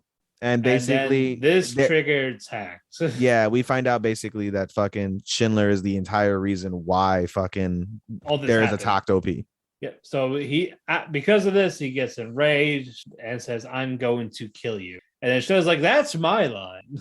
And the episode ends there. And let me tell you, man, the episode, woo, boy, that motherfucker is pissed. Also, I forgot to mention Lenny and Titan are back, and like, oh yeah, we're going to the next town where Tact and Cosette are. Well, so they said that they've been to the different towns, and like that only leaves one town left. Yeah. It happens to be where they're at. Yeah, hopefully we'll find out more about their actual investigation of what they're actually doing. Yeah, we don't find out about that in the next episode. I can confirm. Okay, so soon. Hopefully soon, yes. Alrighty. Oh yeah, good shit. I'm looking forward to watching the next episode. Oh, I will watch that tomorrow for sure. Yes, let me know. Can't wait. All right. Up next, Mushoku Tensei. Yeah, I mean, you know, the last couple episodes have been really good as well. The last two episodes were fantastic. Yeah, I know you guys won't get to hear them because of our lost episodes and shit, but you know, I think Mushoku Tensei was one of the ones that got cut off, like at the end of the last episode. Because fucking. By the way, for those who don't know, and we'll explain it later on as well, we're using a different platform. Can't wait to tell you about it. Yep, we will tell you next week. I was going to tell them as we close. We're going to give a brief detail. Just a little inside baseball, bro. A little inside baseball. We'll give them the scoop, the backstage. We'll go ahead and give them the newsletter info. All righty. The actual good one, not the fucking wrestling. Talk to Keki Observer. Yeah, fuck him. 5 stars with the false catch. Suck my fucking dick. Anyway, it starts with, of course, Rudy's subconscious of his old self talking to Hirogami, or that faceless god. Yes. Like, hey, it's Bill. How you been? Rudy's like, fuck you. Right. Like, I hate looking at myself in the mirror. He's like, just when I begin to forget about my past life, you fucking come back and remind me I was this fat piece of shit. He's like, hey, I gave you that demon eye. You're welcome. Like, yeah, well, I also got captured and almost died. Yeah. So like, how about you actually help me find my siblings and all that? It's like, I'll help you, but he's like, you have to trust me the next time I tell you to do something. Yeah, unequivocally trust me. He's like, yeah, no matter what. So it's shady, but it's like, you know what? Fine. He's like, fine. He's like, we'll see. He'll see. Like, we'll see what happens after this. He's like, okay, I'll take it.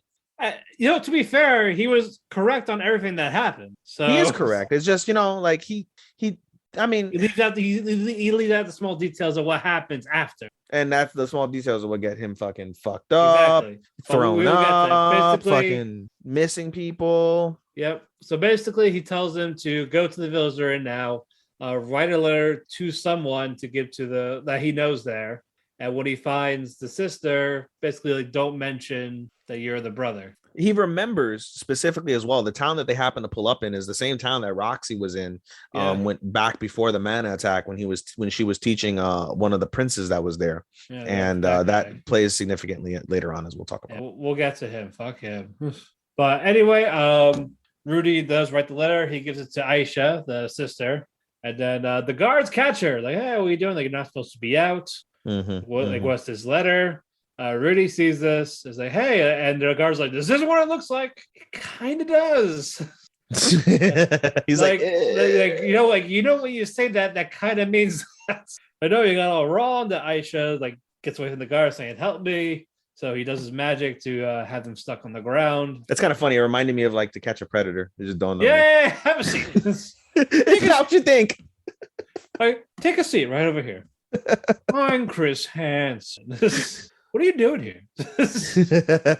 We're trying to catch this little girl. Like, Why? Why are you doing that? Do you know what? Do you know how old she is? And how old you are? Never understand it. They're out. Basically, Rudy retreats with Aisha, and she's like talking about how she's waiting for her father to save her. It's like, really? Don't you have anyone else? Like a mother, a brother? It's like, fuck my brother. It's like, what? Yeah, she's like, I got a brother, but I can't rely on him. He's like, well, why is that? Like, why? They were like, well, my mother, when I was younger, my mother had a chest of my older brothers and said, this is dear and near and dear to your older brother, and he wants me to keep safe keepings of it, and I will. And so one day while my mother wasn't around, I opened the box, and what did I find?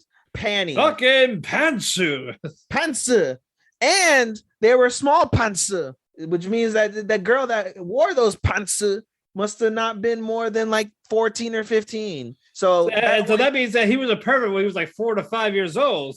And Rudy just looks over like, fuck, she got me. And he can't say anything about it because he's not supposed to tell her who he is. So he said, what's your name? Shadow King. And he does like some like deep fucking Union Power Ranger pose or some shit. And she's like, that's so cool.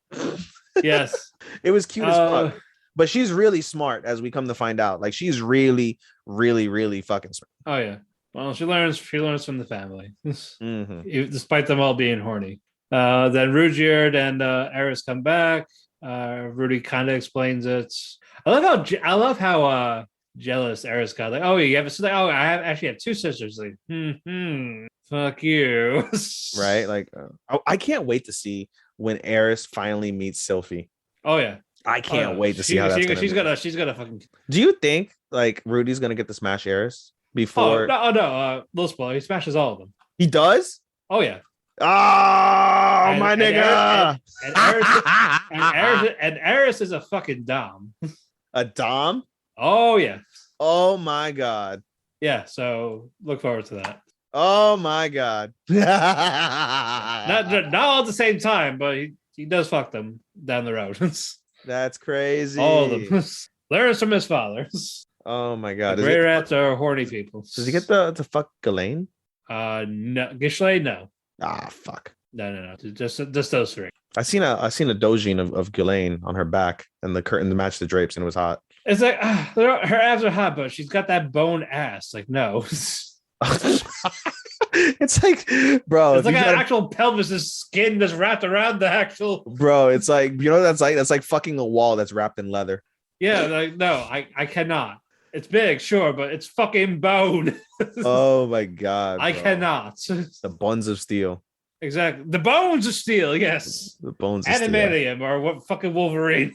Oh my god. Anyway, the next night, the next day approaches. One of the guards knocks on the door. Like, hey, I'm looking for Rudy. Yeah, I was told that Roxy told me that you should come here. Come with me. So he tells Eris to keep her safe, to keep his sister safe. Like, all right, I'll be right back. And then they're talking, and then she's like, oh yeah, give us your weapon and item before you go talk to in this room. Mm-hmm. That's a red flag right there. Like, I would have said, nope, I'm leaving. Fuck you. Right.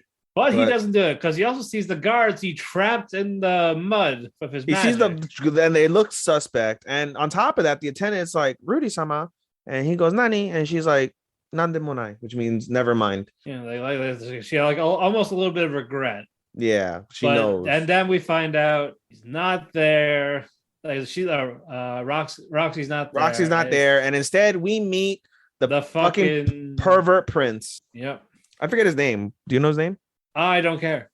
Yeah, we see the pervert prince that fucking, and he's like, we also see Lilia basically hogtied next to him on his throne. Yeah. And he basically gestures to the guards like, do it. And he fucking they pull the rug from under Rudy, and Rudy falls into a pit that has a king class magic barrier. And he proceeds to go like, you're in a magic barrier. He's like, yeah, I can see that. And he's like, oh, you can't use your magic. I'm using this to lure Roxy. He's like, this was originally meant for Roxy, so she could do my bidding or whatever. And then he's like, I'm going to use you to bring Roxy here, and I'm going to rape Roxy in front of you, and then I'm going to cut off your head in front of Roxy, and I'm going to rape Roxy again while she cries to your dead body. Like, whoa.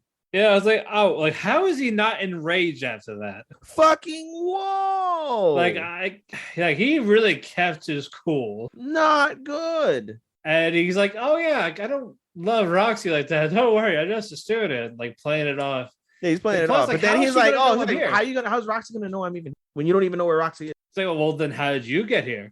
And how did you know that your family's here?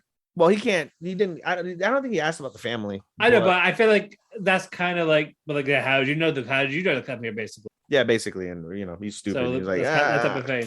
Like, all right, yeah, you gotta be there. Yeah, and so basically the episode. So there's him trying to figure out a way to get out of there. Yeah, basically how the episode ends, and so it'll be curious to see how. I hope he dies.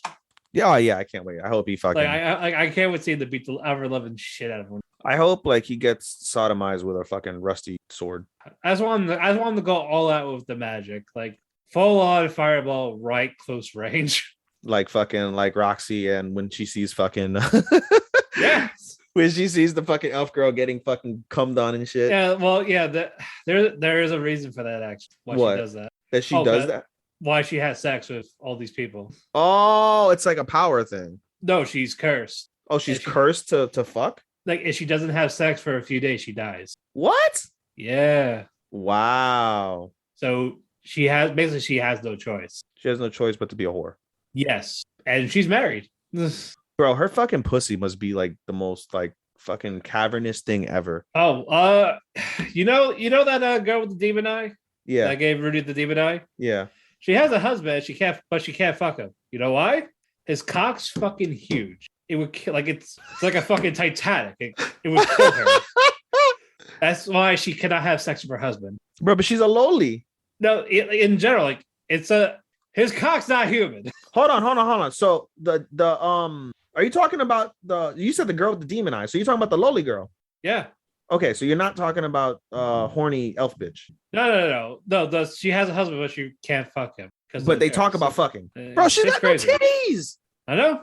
She's the epitome of a loli. She has like as she has a husband with a big cock. Bro, with a fucking gargantuan fucking monstrosity. That can't even enter her. Not even the tip? No, not even the tip. What about his fingers? Are they normal? I don't know. I don't have an exact visual of him, so I really cannot say. Now I'm fucked up. Now I just see this lowly girl just getting fucking like buckets and buckets of fucking seki just dropped on her, bro. Oh, right. Yeah. Jesus Christ. Right. I know. This is a better conversation than the last one we had. Exactly. It's good to know these things. I'm glad we had to re-record. Yeah. All right. Moving on. The pre-made Platinum End. Oh, Jesus Christ, bro. Good fuck. Oh, good heavens. Bro, fucking Takahashi is a fucking pussy, bro. I hate it. He is next level bitch made. It showed it. What do you expect? God, he is next level bitch made, bro. Like Asta's next level annoying, but he's brave as shit. Naruto is next level stupid, but he's good. Fucking Midoriya is a crybaby, but not to the extent of fucking Takahashi. But no one's Takemichi. I mean, bro, even Takemichi fucking squares up. Takemichi, at least he fucking he forgets what the fuck he's doing. Yeah, fucking I don't know, man. I think Kakahashi's worse. Nah, it's still Take's. It's close. I agree it's close, but I got Takahashi. And right now it's still Takemichi until Mirai changes his fucking attitude. I mean, hopefully he fucking does. He needs to. He kind of did here. I mean, but that was fight or flight. I think that's different. I know, but still, like, it all kicked in. Well, let's go ahead and explain what happened. All right. Building blows up with A Girl and Natano. By the way, we should talk about A Girl really quick. Girl A, because real briefly. Bro, like, it's super, like it's crazy. She's like 14, 15 years old, and she gets sexual. I think she's 16. Like she's definitely older than the victims. Bro, she's taking like 13 and 14-year-old girls and like having like the craziest lesbian sex with them and then killing them, and then she comes from killing them. Like what? I know. I was like, what the fuck? Who talks like this? Bro, I mean, it was, I'm not even gonna lie, like it was hot as fuck. Like when you see like the previous episode, bro, like the girl, like she's naked, the other girl is like practically naked, and they're like kissing, and I'm like, oh, this is hot. And then I realized, oh yeah, they're fucking. they're like, oh fuck, I forgot they're underage. So that kind of kills it. And then she's like, let's get nastier. And she fucking has this girl bent over doggy style. And the girl is like just begging her to get fucked. And she pulls out a knife. She kills the woman. She kills the girl. And then literally her exact words were like, this feels amazing. I think I'm going to squirt. What? Nani? Like, what the fuck? Bro, next level OD. Next Shit. level. And then she gets blown to bits. Yeah, I guess blown to bits with Nanato right there because he's like trying to lure out Metropoli Man. Yeah, basically it was a trap, and we see fucking what's it called? Just because you keep saying Mukaido. Sorry, yeah, his last name. I call him his last name Mukaido-san. Anyway, so yeah, we think he dies, but he doesn't because he's got a blast-proof suit on, and so he's just shocked. He's just shocked at the fact, like, holy shit, I just got. Yeah, that did hurt him a bit, but that did lure out Metropoli Man. Yeah, and Metropoli Man had the white strap. And he was like trying to figure out like who to kill, but Hokkaido has his plan, like, hey, have your angel behind mine and have mine behind yours to trick him. Like let him think that I have the white arrow, I have the high grade angel. That way, if he goes after me, you could surprise him. And it turns out that actually does work because he decides to kill Hokkaido first. It's like, but if you don't find me one-on-one, I have another bomb in the city. I'll pull the trigger on that. He's like, no, you don't. But he also doesn't want to take that chance. Yeah, but he doesn't want to take that chance either. And he's like, all right, fine, I'll fight you and all this. And like he's about to die, like the white arrow shot.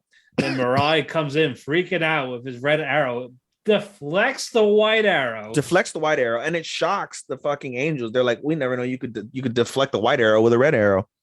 I was kind of hoping Metropole Man would be a little bit shocked, but it turns out he wasn't. It's like, oh, like I just want to see him legit surprised with like justice. Well, I mean, he kind of was because he's like, oh shit. Like, we'll get into it in a second. But he was more calm about it. Well, because you son of a bitch. He's a cold and calculated killer. Yeah. So because like, you don't screw it, I'll kill you instead. And he's actually Mirai's deflecting Metropolitan Man's white arrow with the red arrow. But before all that, like how could you kill people? You never lost anyone. And Metropolitan Man's like, yeah, I lost someone, jackass. Right. Yeah, because his sister. Like, yeah, so don't tell us. Don't give me that fucking lecture. I'm doing what needs to be done. And if I gotta get rid of you guys to make that happen, so be it. Sorry.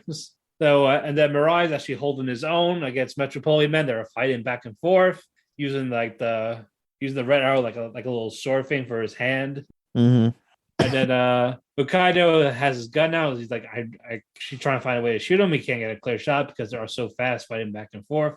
And then he eventually he definitely gets a chance to get behind Metropolitan Man, shoot it in the back of the head multiple times. Yeah, he unloads the strap. 2 straps. Yeah. Go full Rambo on this motherfucker's head. Yep. Breaking the helmet and then has the opportunity to grab it. He grabs it and he tells like, shoot him with the red arrow. And he charges him instead of shooting him like he should. He just charges in. Yeah, and then he sees his face. He sees his face for a millisecond, and for like 1 millisecond, he basically like stops. He stopped, like he loses momentum in that millisecond. In that 1 millisecond of lost momentum, Metropolitan Man basically says, "Fuck this," and he fucking retreats. Yep, and because of that, he left, and he gets to live another day. They see him like he actually went to the hospital. Like, oh yeah, one of the bullets that he got hit with actually grazed his head. Yeah, so like he almost died. Yeah, and so he thanks the doctor, but of course the doctor's not seen it, and he kills him. Yeah, he's seen his fucking identity. He's like, oh, you gotta die, and he kills him. Yep, and so because of this, Hokkaido's like, hey, what the fuck happened? Type of thing. But they're also glad like they're all like okay. Saki's like, I don't want to talk about this right now for the rest of the day because again, it was like an emotional, high impactful day for everyone. So Hokkaido leaves for right now, and again the episode ends there. But you're forgetting that fucking Takahashi, he tries to like basically find out like what did he look like so I can like get the investigators to look at him. And fucking he's just like, I'm such a weakling, I'm a bitch, I'm a pussy, I can't deal with it. But do you have a name? Like, how the fuck? I don't know his fucking name. Yeah, and then the episode, it doesn't quite end there. The episode fucking ends. What's it called? with basically Saki's friend notices that fucking Mirai is basically stalking her in essence, but she doesn't know the reason why. So she's gonna say something, and Saki's like, "No, it's okay." And then she asks, like, "You're not dating him, are you?" And she hesitates, and she's like, "No." She's like, "We're not dating," and she's like, "Besides, I can't fall for him," and that's how it ends. And like, like it's why? Yeah. But yeah, actually, it was good. A change of pace of seven. It's be like a mystery for that 1 second. It got an actual legit fight. They're definitely gonna fight again. Yeah. Like, as since the manga is over, I see him dying as that first half, and then the second half we'll get more of the other candidates and see how that changes directions. Yes, indeed. So I'm looking forward to that. Definitely good stuff. Yeah, this has been a surprise. I didn't expect it to be like this interesting. Yes. And this dark. No, it is. Yeah, I would say so. Oh my god. Alrighty, main event time. Miroku-chan. We picked last because of that fucking twist at the end. We'll get to that. My god. Miko and Kyosuke are at the mall. They're shopping for a gift for the mother for her birthday. They find an outfit. It's like, hey, how about you try it on? It's like, why? Like, you guys are the same body type, so why not? Of course, you got an ecchi scene with her ass, her panties over her pantyhose. I was like, people wear it like that? Like, okay. I thought it'd be underneath, but No, it is underneath. That's just. Or is that transparent? It's that transparent, yeah. Okay. Because it's ecchi. Yeah, because it's ecchi. All right. We can't have it the other one. Yeah. But hey, real quick, unrelated to this, I just happened to be looking at my phone. What's it called? I'm going to try and get, as we mentioned, the tickets to Hammerstein. The first upper deck is 63. The second is 48. So tickets start at 48. Ringside is starting at, it's not even telling me where ringside is. Let me see real quick. This is unrelated. Yeah, we'll get to that. Ringside is 103. What did you want? And then the other side is 73. You wanted like the front balcony, right? Yeah, I want to get the front balcony if possible. I mean, it's only it's 73. So basically everywhere except for like ringside itself, like the actual ringside, is 73 down below. Okay. So we can do that, or we can get the upper balcony. I mean, I'm gonna get what I can, but in any case. Yeah, and whatever has like a front balcony, get that. And I will pay you Friday when I get paid. Yeah, I'm gonna do what I can. So okay. Yeah, you did little insider baseball, guys. We're trying to go to GCW on January the 23rd for Hammerstein Ballroom. So should be a grand old time. It'll be a fun time. Indeed. All right. Anyway, but we'll get to that. Miko tries on the outfit. Like, it works, it fits. And then you see the ghost right next to her, telling her like, "Wow, that looks great on you." It's like, as she said, all those other shows. So it got to the point where Miko was like, "Oh, we'll take it. We're gonna go. Can I wear it out? I'll pay now." Isn't that for your mother? Not anymore. Right? Like, oh, okay. So she's like, "Oh, we'll get her another gift or something." It looks good on her, so you know what? Let her keep. Yes, indeed. So they do their shopping. I think Kyosuke got like a shirt with something on it, and then we see the mugs. We'll talk about the mugs later.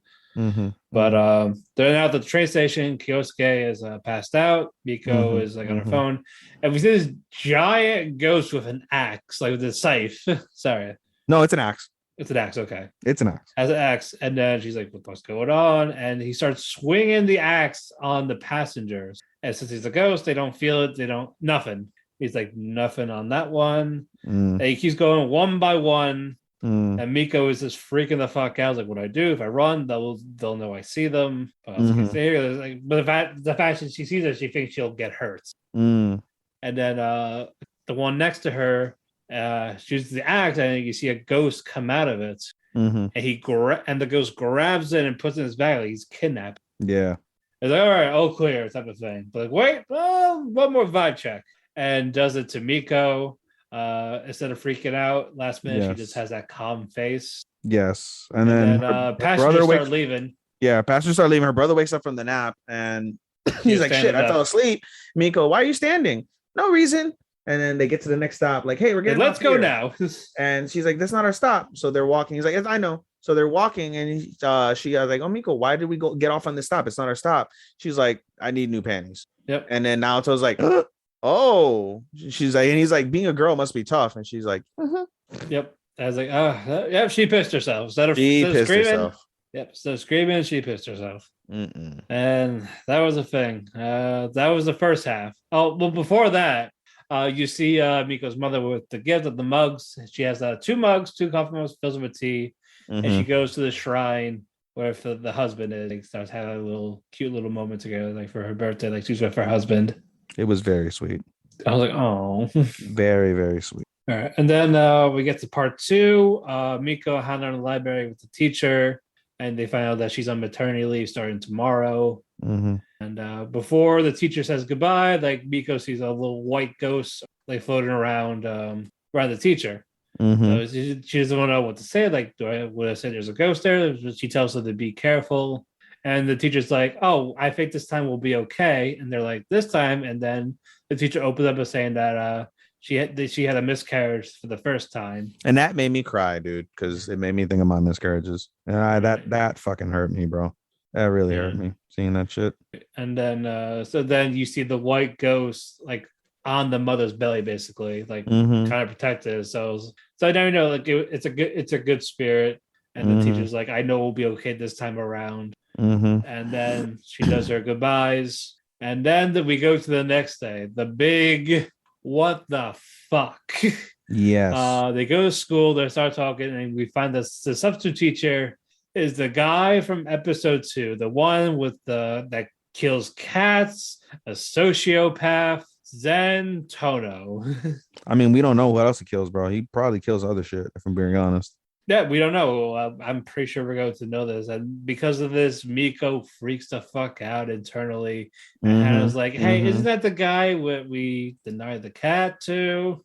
And you just see this sadistic glare from me. Oh, yeah, he's a fucking whole sociopath. He's insane. Fucking nuts. So that was where that episode ended. And then we got to the after credits. We see the guy who got the adopted cat.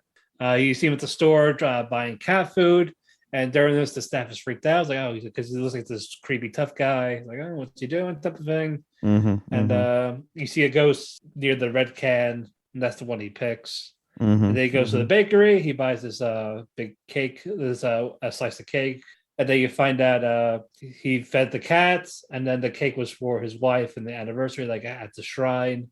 And like you see the picture of his wife and the cats saying happy anniversary and all this. Like, this guy is so sweet. He really is. He is fucking real MVP. Yeah, like I hope nothing bad happens to him. I really hope not. Or the cats. Like, bro, you know what wouldn't shock me? If he saves the fucking day. I don't. If he saves them, that would be everything. If he saves them. I kind of hope so, but I don't know what they're gonna do. But it's definitely a lot of tension, and it's definitely like I want to know what happens next. Yes, indeed. Like I didn't expect this show to be this good, minus the etchy. Like I expected it still gives me the heebie-jeebies. Oh, and you know something that we forgot to mention? What is that? Miko's coming from being out, and she hears after she sees everything with like the unborn kid, she hears a ghost saying "tasukete, tasukete," which means help me in Japanese, and she starts reassessing her thought process when it comes to the ghost. She starts thinking like, why have I been given this power? And like maybe, and she starts thinking about the white ghost, and then she starts also thinking about the other ghost that she helped. Yeah, the old one, the elderly lady. And she's like, like what is my purpose for this? And then she sees like, and should I actually acknowledge them? Should I acknowledge them? And but not the one by the vending machines. Right. And so she happens to see somebody by a vending machine, and she's like, oh, maybe I'll help it. And then fucking he turns over. She's like, nope, I'm not gonna do that one. I don't even know how to approach that one. Fuck that. Yep. It was like sucking on the vending machine, like this giant, morbidly obese type. Yeah. Giants, like, nope, not that one. Maybe the next one. Fuck that guy. So maybe it's like them calling to help because of this guy. Right. We don't know yet, but a great episode. It's getting better. The ghosts, the designs of the ghosts are great. Comedy's there when it needs to be. Like they know when to do both. Yes. So I like it for that. All right, we're gonna take our final commercial break. So we'll give you some dirt sheets, our plugins, and then we'll be fucking off. Thank Tune God. in a bit. Thank God. All right, we're back. Tadaima. All right, Ethan, do you want to give the dirt sheet? Yes. So this is the second time we're doing this podcast. As we alluded to at the beginning of the episode, that you'll hear, there is a completely lost episode that you'll never hear because we only got 49 minutes of audio out of 2.5 hours. And that's done. And then the next episode that you may hear is going to basically. It's already out. Is it already out? Yeah. Oh, I didn't even realize. I'm sorry. The next episode that you'll hear, or before this episode, I should say, it's a solid episode, but you're missing the last couple reviews, I believe, or the last review in general. You're missing the last review as well as our plugs because, again, our audio. That was Mushoku Tensei.